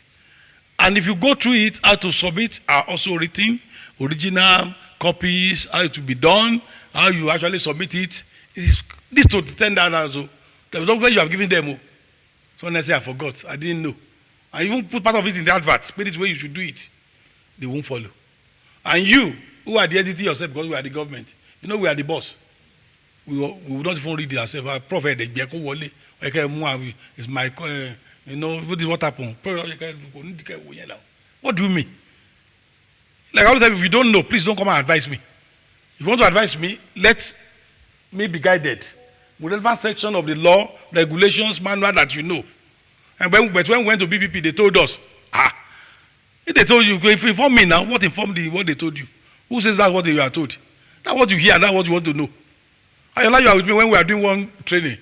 When one guy was arguing, BPP told us, you know, when we now opened the book, the guy read, he doesn't know what to do.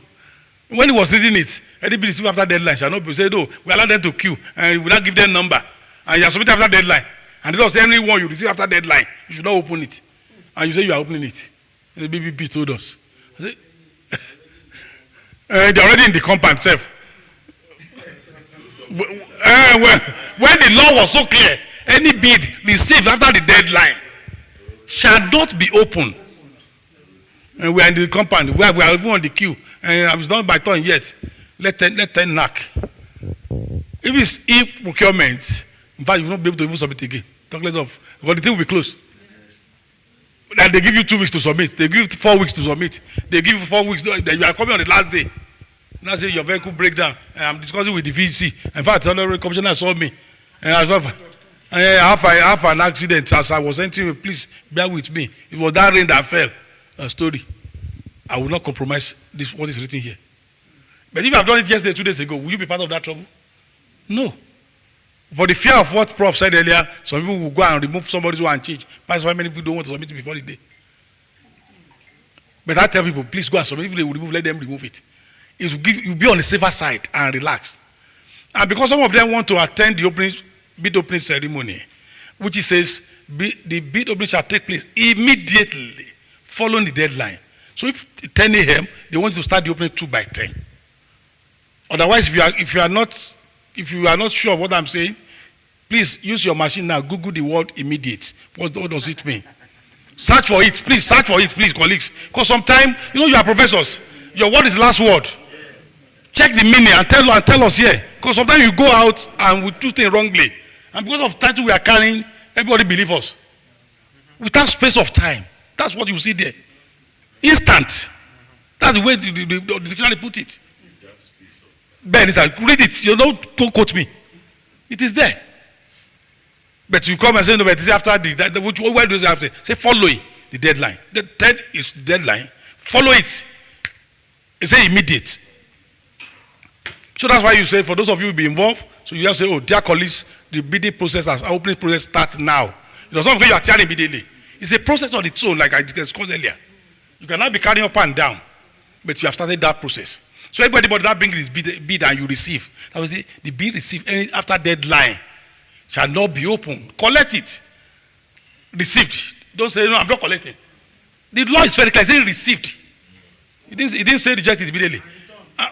No. In fact, let me tell you sincerely, the only type is doesn't permit us. The principle is when you get to the reopen itself, those are first of all separate by rule. Those by rule, those who submitted after deadline, and first of all you identify them. And like by little experience, what I've done before, I would now call somebody in the hall, possibly among those submitted after deadline, be the one to raise up hand. Maybe the one to raise up the hand. And I say, can you please, do you have a copy of the act? Yes, sir. Somebody will have. If you don't have it, can you go online and download it? Can you read 27 subsection 5? Any bid received after the deadline shall not be opened. Oh, sorry, colleagues. What time is deadline? 10 a.m. So anything after 10 a.m., that's what it's referring to. Oh, we have the following. Messrs. Sakisiku Nigeria Unlimited. Messrs. Eshet Wong Unlimited. I will be calling you. Come back. If you don't collect it, it's already the open court. This is a process. Prof, a job, please now. My guy in the office. We work so much on this thing. Am I the one who read? Am I the one who prepared the documents you're reading? Any bid received after the deadline shall not be open. I will show you here again, sir. Okay, say something. You can stop and ask me a question. No? Don't just allow me. Yes, now. Oh, I can show you here if you want me to show you. It's here. Yes. You will see there, late tender. Why agreed late tender? After ITT 24, any tender received by the procuring entity after the deadline for submission shall be declared late, rejected, and returned unopened to the tenderer. This document will be given to you before you submit it. And you are aware of this, and you are coming late. Why didn't you submit 2 days ago and be free from these encumbrances that can put you into wrong environment? So let's go. Let me go to the opening, withdrawal submission and so on. These are instructions. Tender opening, can you see too? Like we saw in Section 30, how to open. They are all given here. Now, I'm interested in the conditions of contracts. And why is my interest in the conditions of contracts? You know, we have been talking about environmental and social standard. How do they actually come into this bidding document? You know, when he was talking, when Zaif was talking, he said we should ensure some of these things are in our documents. Are they actually there? Are they in these documents? Can I identify them? Do not forget, if it's ESIA, it ought to be done before the bidding itself. Yes, so that you'll be able to know what will guide you. So but let's go inside. I'll go to general condition of contract now and look for some of those paragraphs to tell you about them. Evaluation and comparison of tender, how to do it, clarification are given here. So I'm not going to bother you any longer on this because I'm not training you as procurement experts, please. I'm only guiding you on how these materials are used, and when you are teaching students, when you are supervising them, I just use it as a case material. Other materials are also available which follow the same pattern. Okay, I'm interested in the what do you call it, subcontractor and so on, abnormally high tender, how to handle them. That's true. Ask. Yes. 34. Mm-hmm.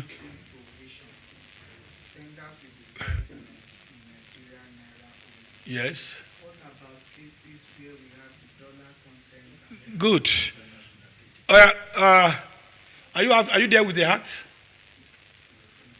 Okay.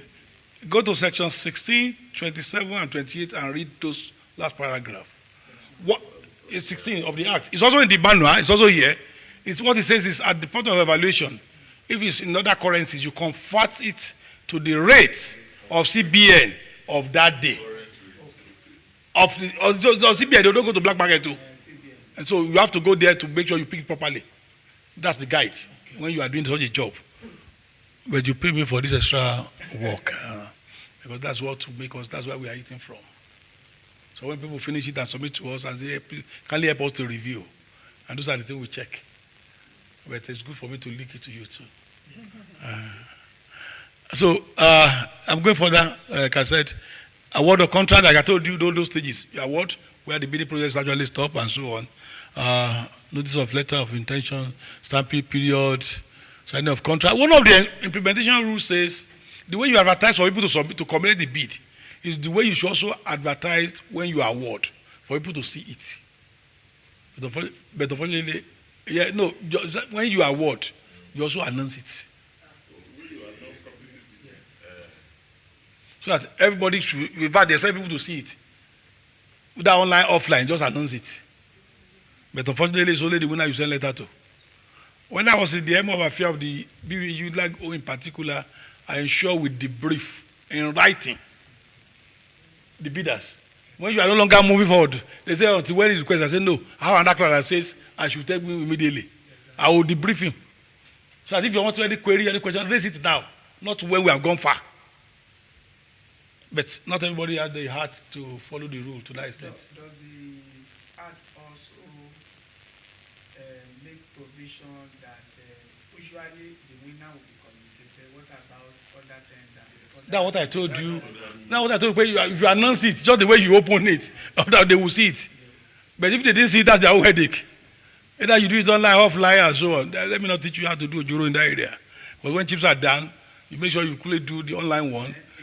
Yes, sir. Why is our Procurement Act not giving provision for negotiation? What do you mean? Yes, negotiation. No, you are making a mistake, sir. Okay. No, let me tell you, for goods and works, that room is not there. For services, it is there. It is there.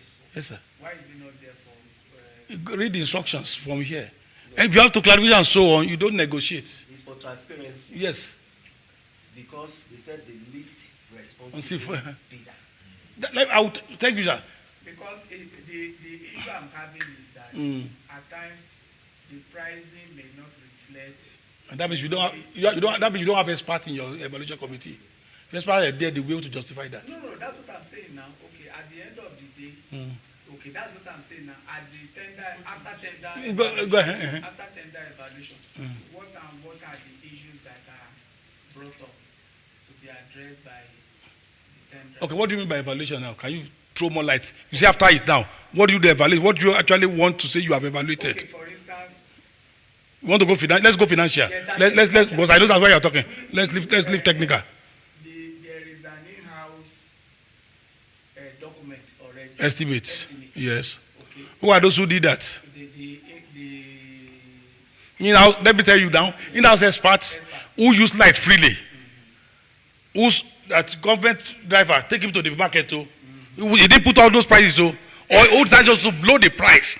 Go ahead. I want to hear you more. Okay, so at the end of the day, assuming that we have, say, 10 critical items. Out of these 10 critical items. Mention some of them, probably for the building work. This is a builder, so people can understand. Okay, for the building work. Let's say concrete. No, we won't use cement there. Reinforcements and so on. From the in-house estimate, a cubic meter of concrete, say grade 25 concrete, let's say 150. For the tender, price date 130. Good. Then another item, say we are giving a specification for a door, and the door is from our in-house market survey, 100,000 naira per unit. Okay. He puts 150. Great. Hold on there. Let me explain that one to you. Your estimate from the way you present it, you go to the market, Abi, they say it's 100, Abi. What about the cost of transport to get to you? What about this profit? When you go to that market, won't you pay immediately? So sometimes some of the in-house experts, in quotes, are just off it. No, I'm not saying, sir. I'm not saying that word. No, they say 100,000. The cost of transporting to you didn't consider. Is profit margin. The cost of money that the man will tie down before you pay him, you didn't do any calculation on that. For those who are experts, they will know they had a lot of things to be able to come to that par. Now, Julius Berger quoted, the type of equipment Julius Berger will use to do this job, from what I'm going to use. I'll get the job done too, don't forget. By the time Julius Berger is actually putting his own price, it will be far, far higher. But Julius Berger must be compared with his people at his own level, not with me.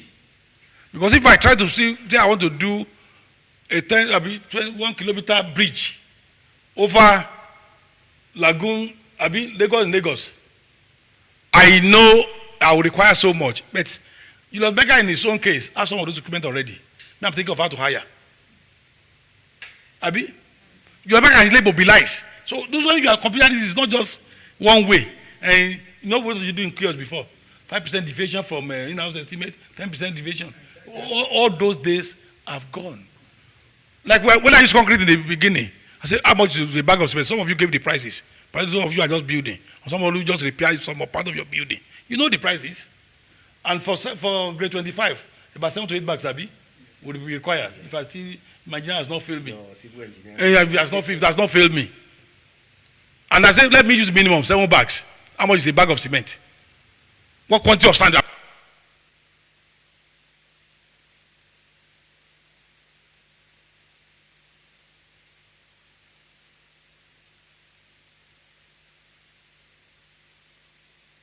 And the bricklayer told me, guy, my cement, and so on. He's not an expert in his own right. So what most of the challenge we have with that is those who are in the evaluation committee themselves are not competent enough, and they don't seek knowledge themselves privately, not even looking for people outside for me to know more on what I need to do. When we constitute a evaluation committee of University of Lagos, we make sure we have a lawyer inside, and somebody is an accountant, electrical engineer, mechanical, civil, so that they can bring their own knowledge into it. But sometimes some people just sit down there and be looking like a look at it. Because you are in this building, there's mechanical system there. There's electrical system there. So anybody bring drawing, I expect the electrical engineer to be able to read it. Mechanical engineer in the committee should be able to read it. And he'll be able to advise. But if he's unable to read, they are only there. Oh, sorry, may God forgive me. Yeah, excuse you.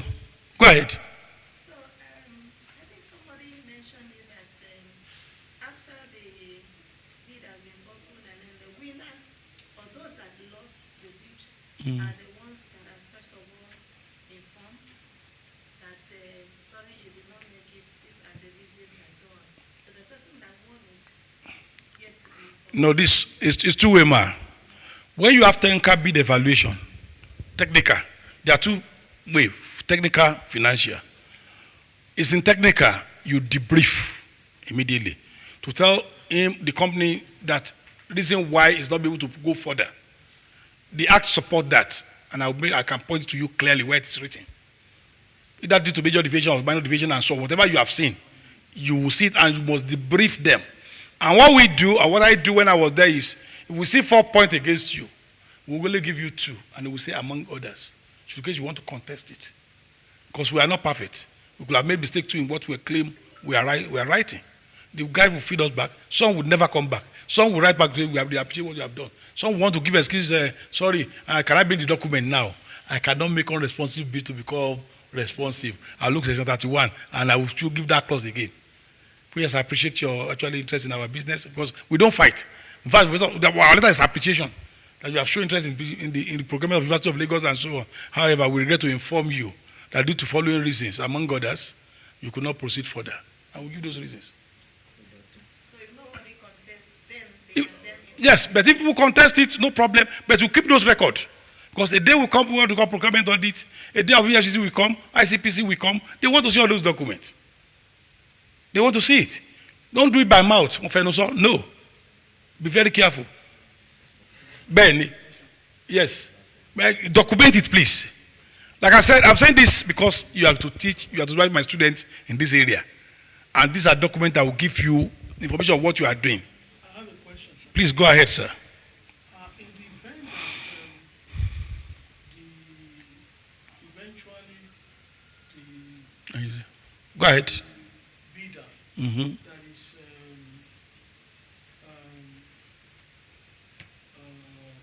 that won this thing, in the event that maybe something that is an emerging reasons to drop him, Mm-hmm. do we go to the next person? No. Give example of why you want to drop somebody. Because sometimes the willingness to drop must also be substantiated. not just because I feel, I think. Yes, you must be able to justify. But if on his own, he says, I can't do it any longer. If he has bid bond, we are going to cash on that bond. Because if it's a project that has, okay, give me 2% of the contract amount you're giving, or 10% of it, as by board, I'm just giving an example. That means 100 million from your 1 billion project you are giving. University must cash it. We have wasted our time and so on. And so before I go to the next one, there are rules, and they are well stated.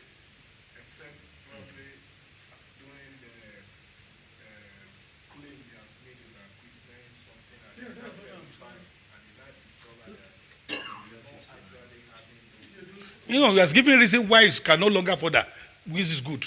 If you have given me bond, I'll cash on that bond.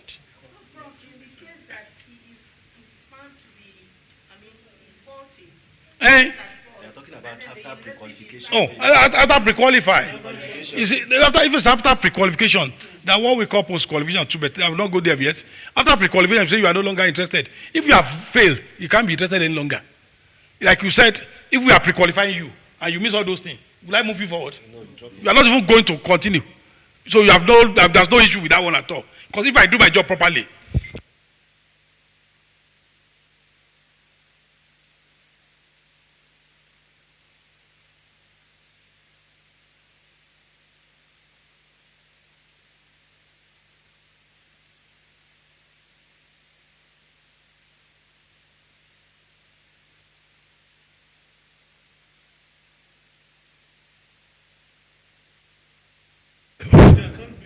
there can't be genuine human error or something.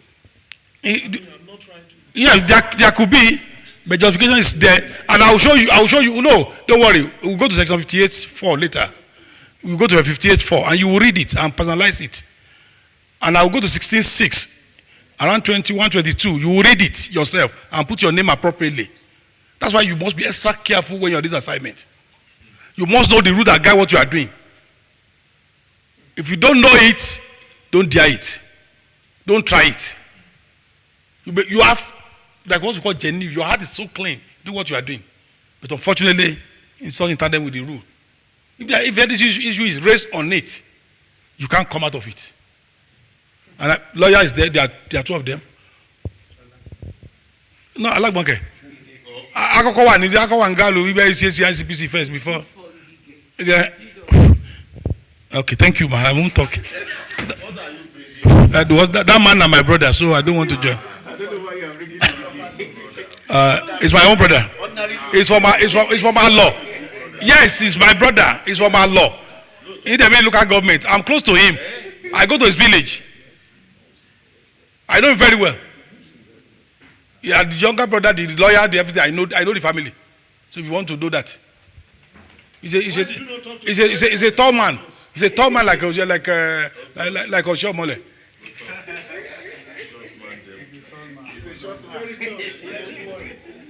Me, I don't deny people.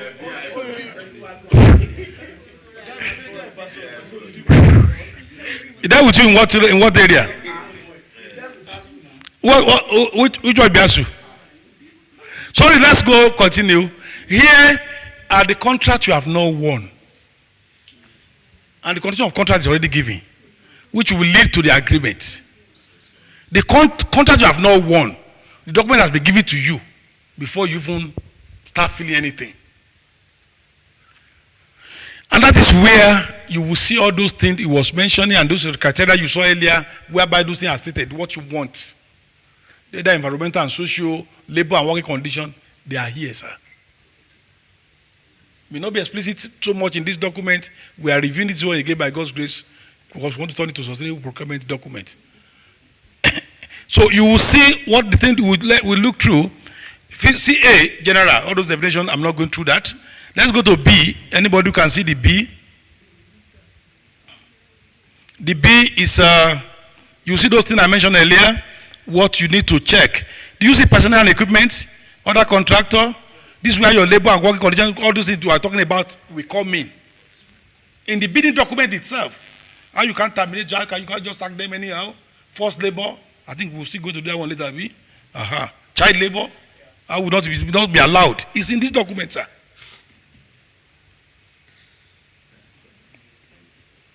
contractual risk, insurance, policies, site data, control of work, safety. Like you know, I was telling you about occupational safety earlier. This where this one come. In contracts, we are much interested in occupational safety of who? Those who are working. There's another one which they call community health and safety. It's totally different from occupational health and safety. You must get it clear. All these are embedded in our bidding document because those who along the line of your project, the thing may affect. You must take care of them and must be part of the thing, and you are going to mitigate in case it happens. Okay. Instruction, inspection, audit, contractor's claim. Let me go. I'm interested in some amicable. If there's any misunderstanding how you settled, amicable settlement, I'll go about it. Arbitration, which is the last thing we expect from any. Fraud and corruption. Can you say B? Can anybody see that B? Time control. So we don't compromise it in any contract. All this your gang charter and so is about time control. They are all embedded here. Let's go to the quality. Early warning. C, can you see that? All the things you are talking about, that's why you call it quality. Whether water, whether this and so on, whether your concrete, what you need to do. It's already embedded by the condition of contract. That's your job you have not won. So if you don't say I'm not aware. And lawyers, ignorance of the law, sir, Sama. So, are you sure? I don't know Nima. My might be now. See, two of them are shaking their head. They will just deny me too. They will not even help me. I see them. See how serious they are. Just check them. From is a popular magazine. See how serious two of them just are. My friend, there's no excuse for you, my friend. About perform you better logo, check more logo. Oh, Makini, that's the power. We lost 1 year. God bless you. So quality control. How to do it, how to go about it, test all those necessary tests you need to do. How to do, see the last one, see one, D. Can you see it? Cost control. All of you were talking about cost earlier, when we were talking about quality and so on. Yes, document not there. Oh, Professor Idio, you remember, because why this quality thing, you see it. Because the quality will determine the cost. Thank you. I'm happy I'm learning from all of you. Contract price, changing contract price, like we are mentioning, there's variation, whatever, how you go to undo it, are all given here. So, colleagues, I intentionally use this document to guide because time is not there to download or to take you through all within 1-2 hours we have. But in procurement, how to integrate. If it's major construction work, the one I use somewhere, you see, in fact, let's use Bariga Road to Unilag or a new 40-kilometer road construction project to guide us. The first thing, if we've listened to the Apostle Charles, Seifu and co-saints, is to carry out environmental and social impact assessment. In order for you to determine the environmental impact, the environmental risk, the social impact, the social risk, and how to manage them. If you go to ESS1, say assessment and management of environmental and social risk and impacts. That's what ESS1 says, and that's what PS1 is saying. And those are the things you do pre-tender. Abi? So that what led to this. I was trying to explain ESIA to you, what you need to do. You screen, you score baseline data. I was explaining that one. Okay, thank you. The impacts, now you have touched it, the thing refuses to come again. Your system is responding. Okay, thank you. So, baseline data, like we'll say, what is this as it is now? When we do it, what will it likely be? What impact will it have? The assessment itself, mitigation measure, and monitoring. Like we said yesterday, he has said it today, if you can avoid it, that's the best way. But if not, you have to follow the rule. This social impact assessment, is it a one-off exercise? Of course. It's environmental and social impact. What is common to people in Nigeria is EIA. But inside it, at least I've been there for quite some time too. Culture of those who led us there. We do social inside, but we call it EIA because the Environmental Act law, Impact Act law, was just talking about environmental only. And that's what people call green procurement, green this and all. That's once environmental only is the green. Once you call social to it, it's this comprehensive one, which make it. So in environmental, like what we was talking about earlier, resource efficiency, biodiversity, pollution preventions, you consider. Whereas in social, you look at land labor, labor, gender-based, and so on, many things, forced labor, as we were talking about. The reason why I'm bringing this up is that if it is done at the pretender, yes, it should be done. It must be done, Seth. it must be done. Okay. And I believe in co-creation. Now at the execution phase, where the contractor. Have you heard about ESIP before? Nobody mentioned it to us on Monday, but we'll come back to it. So let's not be. Okay. No, it was, that's my newest part because he was involved in Lisbon.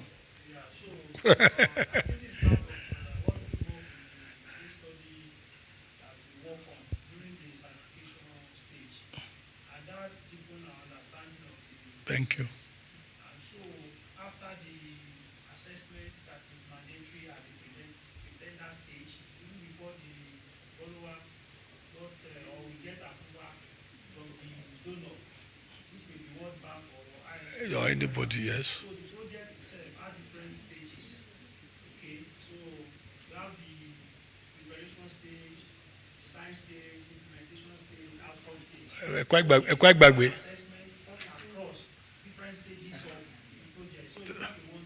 Thank you. So, but EIA report and so on come at the beginning. When you now operate it, you are now managing those stages based on what you have recommended. You don't come say, I want to do EIA again. No. Come for me bad thing. And Satan will not allow it. If you do it, we'll fight it to last. Because that means you don't even know what you are doing. Don't mind Lagos, Calabar, Coastal Road, where they continue meeting, writing report over every now and then. But they are smart. And I don't want to talk too much of that before somebody says somebody's my friend again. When Professor Oluseyi was written, he said, subject to any exemption. I can say, except as may be provided. That way many of you didn't see. I'm sorry, eh? Don't mind me. I'm just starting my life. I'm just passing by. So when you are doing SIA, you are talking about stakeholder engagement and so on. You have to engage with people, with the community, with everybody that's necessary. Some of those are defined under the stakeholder engagement, but you need to identify the real stakeholder who's supposed to be in that project. So we do that.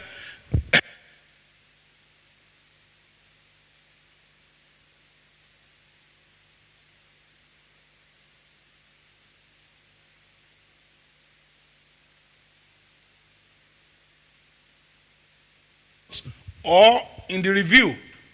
I think Professor Luga has been actively involved in so many of that. I've been prepared to chair many of the review for federal government. Whereby they won't finish it, we are the one to do the review or chair the panel and so on.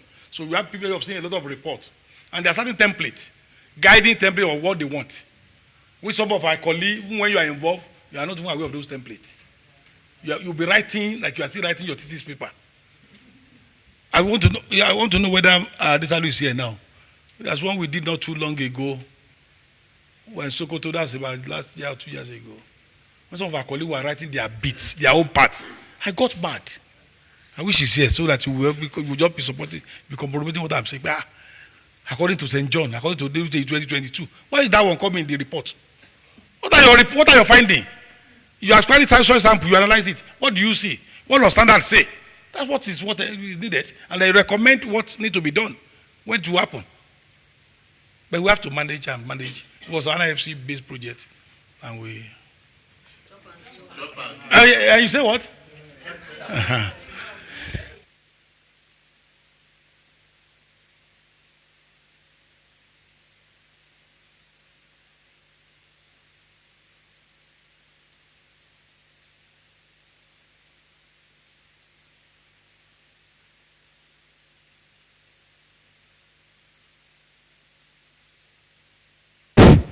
So, free survey, like this, what Mama, the man is explaining. The man is explaining to him, the young boy. You will live long, my dear sister. I will tell Peter that you are helping me seriously. Yes, sir. After all the initial assessments, Uh-huh. the person cannot get the contract or the fund or the. How do you mean? Yeah, if you do your assessment, and if it's not good enough and the fund is not available for those who want to support you, or the fund you are asking for is beyond all they can release to you, what is they saying that? What's they saying that one? How many times do you do jump? Do you attempt to hike twice? After 5 years, you go for 5 like you don't see Abi. Get those job school Abi charge. You are forgetting you do from 1, from 2, from 3, from 4, from 5 before you do hike. Or before you did GC. So after our hike, will make any year. You have to repeat and be doing everything you want now. Even GC is also available for you. I'm sorry, I'm answering in another way. Let me tell you.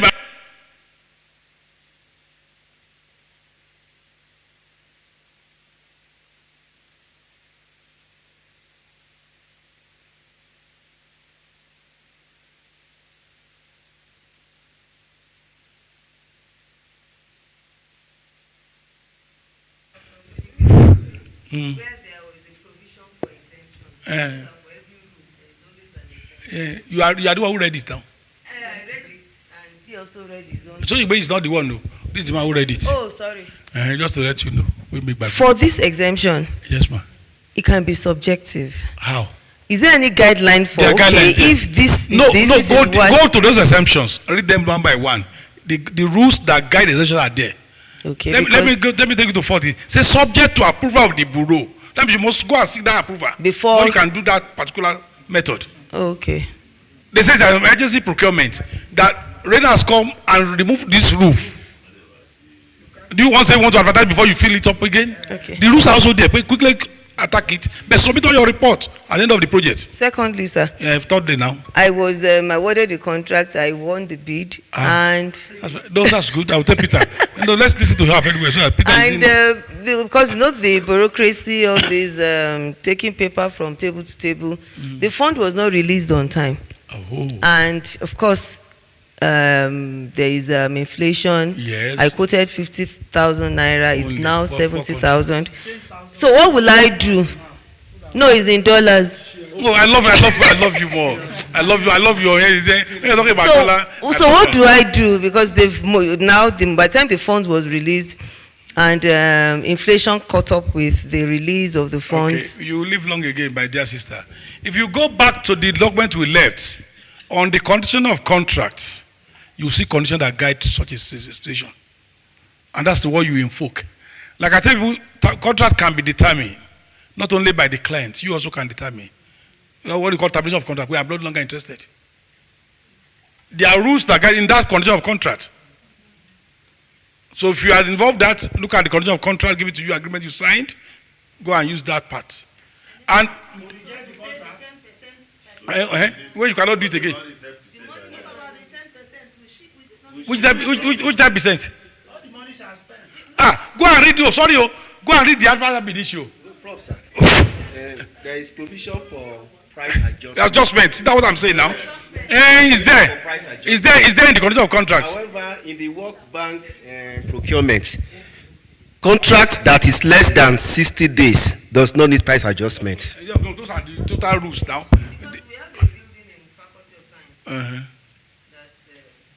They started, but all of a sudden the contractor came to pack all the. But do you understand the condition why the man pack it? Of course, what we hear is what you are told. Yes, that there was inflation and it had been abandoned. Can I tell you, my dear sister, ask for the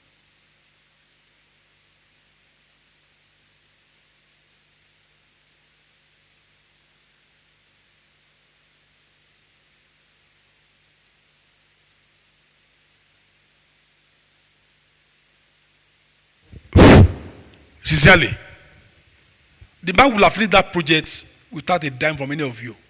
But when you start playing games, and don't forget when it's budget appropriation and so on, there's nothing anybody could do. I won't go beyond that. But they will tell you story, and it's the contractor that's bad, it is one that is this, and so on. That man is the one that did railways this thing. As far as this job won, they give him about 40 or something billion naira worth of project again in Abuja. And the man is completing. And you have less than 1 billion project. Somebody. So in fact, you could have donated that project to you people. But let's not go to that, please. Well, are you not supposed to be penalized for your failure to do that thing yourself as entity? Let's not go there, please. I'm not for another, I'm against. I'm on the side of the rule. Okay, how critical is it? It's not innocent. Yes. And the questions you asked and your response is now raising concern over economic vulnerability. So if a project executor or a contractor has expended a huge amount of money from her own private pocket, good. She has not accessed the fund, and she realized that the amount will not be sufficient, and she's right to reject the. Have you no. In fact, he has a legal right to make all claims. If you read that document, there are a lot of claims. But like I said, I don't want to go deep into all this thing. No. I say we should penalize. When Prof was talking, that's what we call tender validity period. So it depends on your tender validity period. If it has not exceeded, you cannot vary the price. You can't.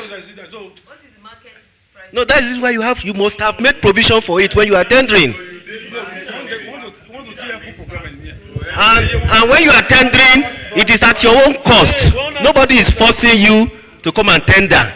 So whatever amount you've expended on that tendering process, you are going to bear it. No, any amount you spend on tendering process, officially, it's your own.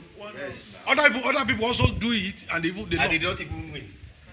So if I treat it there, but it's not a contract. At the time you are doing tendering and so on, give to this. Yeah, thank you so much. I have a case, sir. When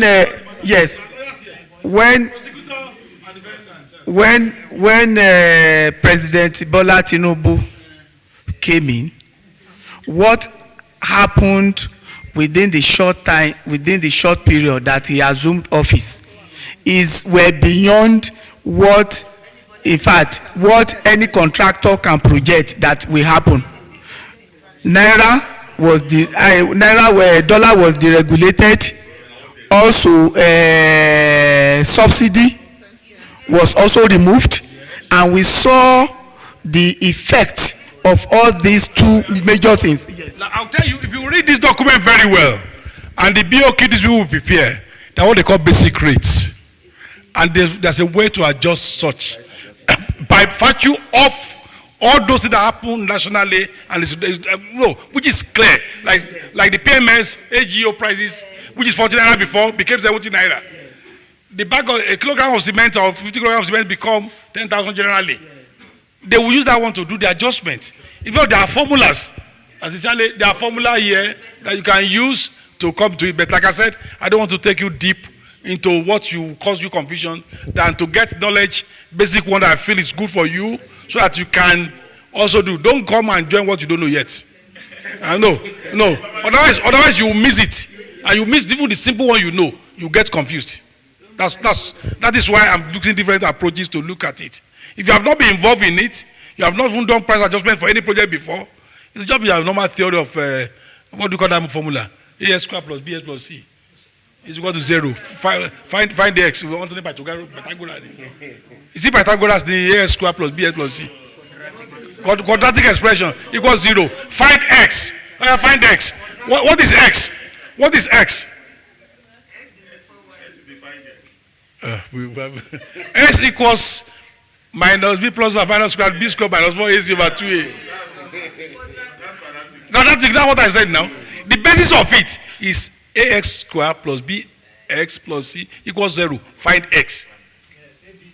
So then somebody be asking you what does A stand for in the minus B plus or minus tomorrow. You can say I'm confusing confusion. So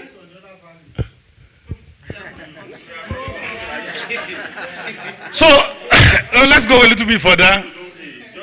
Now, when you've done all those, like he was asking, like he was saying yesterday, Several mentioned you develop USMP and so on. And that's okay. What are the impacts or there will be soil erosion, there will be loss of vegetation, there will be community disruption. What mitigation do you prefer? And who should take responsibility for what? And that's why what will come in the course of now implementing the project. But it's not one guy the EIA. That's what I'm trying to tell you. Because you have done it and you have come back, okay, based on our own study, this is what we find out will likely happen, and this what is happen, this is the effect you could have, this is how you're going to mitigate against it, and who should be responsible to handle it. And those are the type of things that will be cost of the project that people don't see. You're only thinking about concrete only. But this man is adding all this other money into other things that we say, it might not be only 1 kilometer road. But the man has found somebody's farmland. And the contractor should be the one to take care. Abi, whereas government has its own role to play. Okay, go and do your compensation, then you pay them. There are a lot of this thing going on in Lagos. Unfortunately, not many of us are involved. In fact, somebody has chatted me again. It's going on every now and then, compensating, doing this and so on, being the field work and so on. And we are still busy doing the economics of DLI. Yes, sir, legally. Stands for the social impact assessment. Yes. The mitigation is not clear. Yeah, that's to you. No, okay. No, wait. Disruption will cause gender-based violence, social network. You are very correct, ma. Partly, as I'm a civil engineer and I've been involved in reconstruction work, sometimes even the so-called female part in particular, they endanger us. You know, before we come to the field, we are the big men. We are the engineers. Everybody want to make from us. You are my social status here, you are changing it. You are making it to become war, whereas I'm bought again. Then I use, sorry, I know people, I use Bariga Unilag Road for you. So I do work to minimize disturbance. Now, you block a particular road, gas station cannot sell again. What happened to those workers? You understand? But a lot of things. So, that's why you have your committee, like say people with the government, with everybody, sit down, do the detail how to be resolved. Oh, you can only open 2-3 days only and so on, just to be sure you minimize if it's possible. If you need to actually relocate them, then you have to move them to and go and resettle them somewhere else so that their life would know what they call restoring of a life would be. Life restoration. So all these things, they are embedded.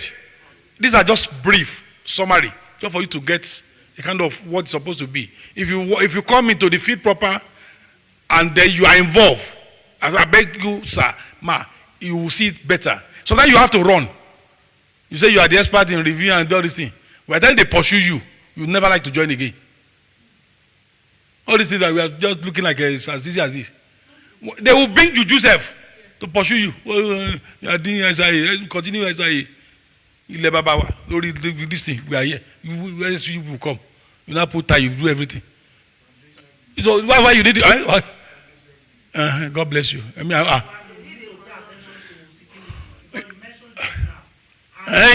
where did you read in the book?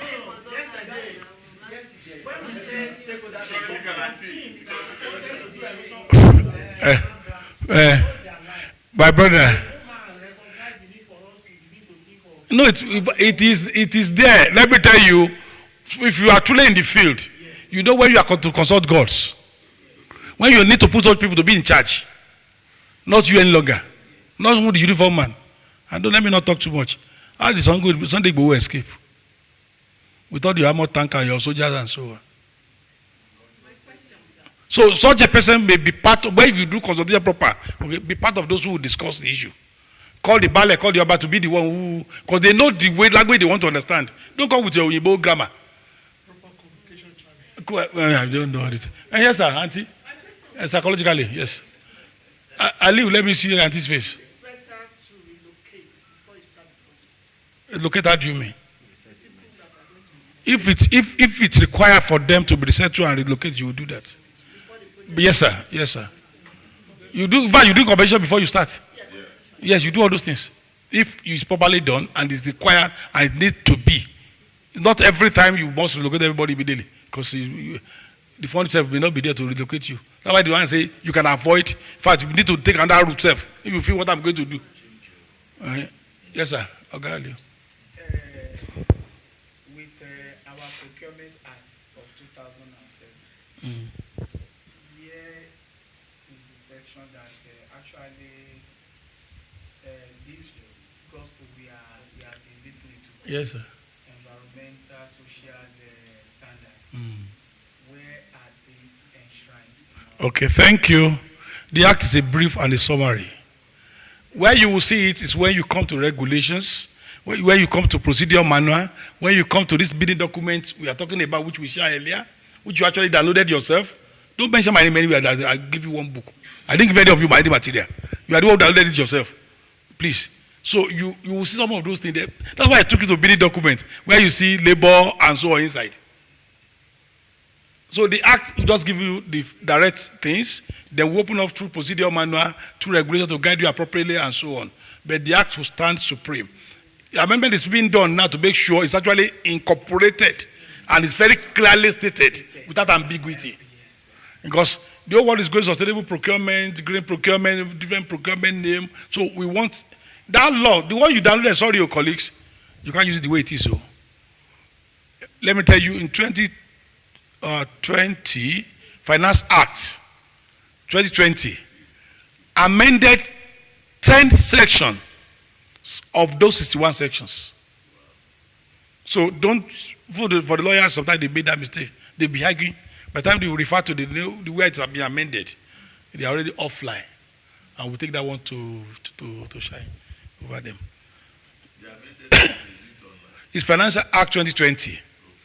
And Financial Act is like a living document that actually come and die per year officially. But they make sure some of the procurement section, because they are afraid of actually amending the procurement themselves. And I don't know why. And some of us are bitter with it till today. So you will not know. If you are not in it, you'll be quoting this one wrongly and be using, but this is what it says. Whereas it has been amended somewhere else. Certainly some section of it has been amended. So, but legally speaking, sir, which one is supposed to take precedence? Is it the one? Is it the no? Act the regulation? No. Act is the business. Where it's amended was also the act of Parliament. So let's go ahead. No, ideally it's supposed to have been that same act. It does as amended by so number of years. Then you know what you are using. But now you should have dropped that one. So, but not many knows this. So please, when you live here, be very careful. Probably those of you who are teachers, I say Finance Act 2020. Please, you can write it down if you want to write. If you want to download it, look for it and download it. Go and look at the procurement section inside it. You see some of those things that are related to what we have discussed and what they have adjusted there. Like scope of application, we have ambiguity, and I'll tell you in that one, judiciary said the law doesn't cover that act doesn't cover them, and the judge said no, and they are very correct, because it was saying procuring entity. Judiciary is not a procuring entity, neither was legislature a procuring entity. It's a arm of government. So this, when they do their ojoro and so on, when they need to go to court or EFCC, they use that one to escape. I leave that for Matthias. So some of these things, if you understand it very well, even when you do it wrong, you look for one caveat inside the law. They are good people. So land acquisition and resettlement, I think the man told us much about this yesterday. So as a consulting and screening, you have done that, inspection and monitoring. See the project, see what it was before. It's a small building somewhere. For the housing, was this is where they were before. Until we say whether it should be relocated. By the time we are relocating them, see what we gave them. But there's also a problem with it. They are used to this type of life. When you come to this place, you may not find it comfortable unless you train and guide them very well. So you need to know some of these things when you are doing that. So, like our guy was talking about safety and so on, occupational, which is when you are constructing, you must actually take care of it. The best is to avoid it if possible. It's not PPE you are putting on, so it's actually called safety. No. That's virtually one of the least expected the occupational health and safety. Okay. When the project is completed, what happened? Everybody clap. In commission, everybody start doing that, and so on. May you live long, colleagues, and so on. Bye-bye. I stop here. God bless all of you.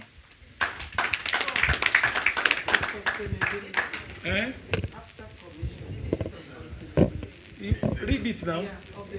This project is developed with environmental and social responsibility. You see why people move to this building, you see why people have come so that they can live a better life and so on. Life was restored and so on.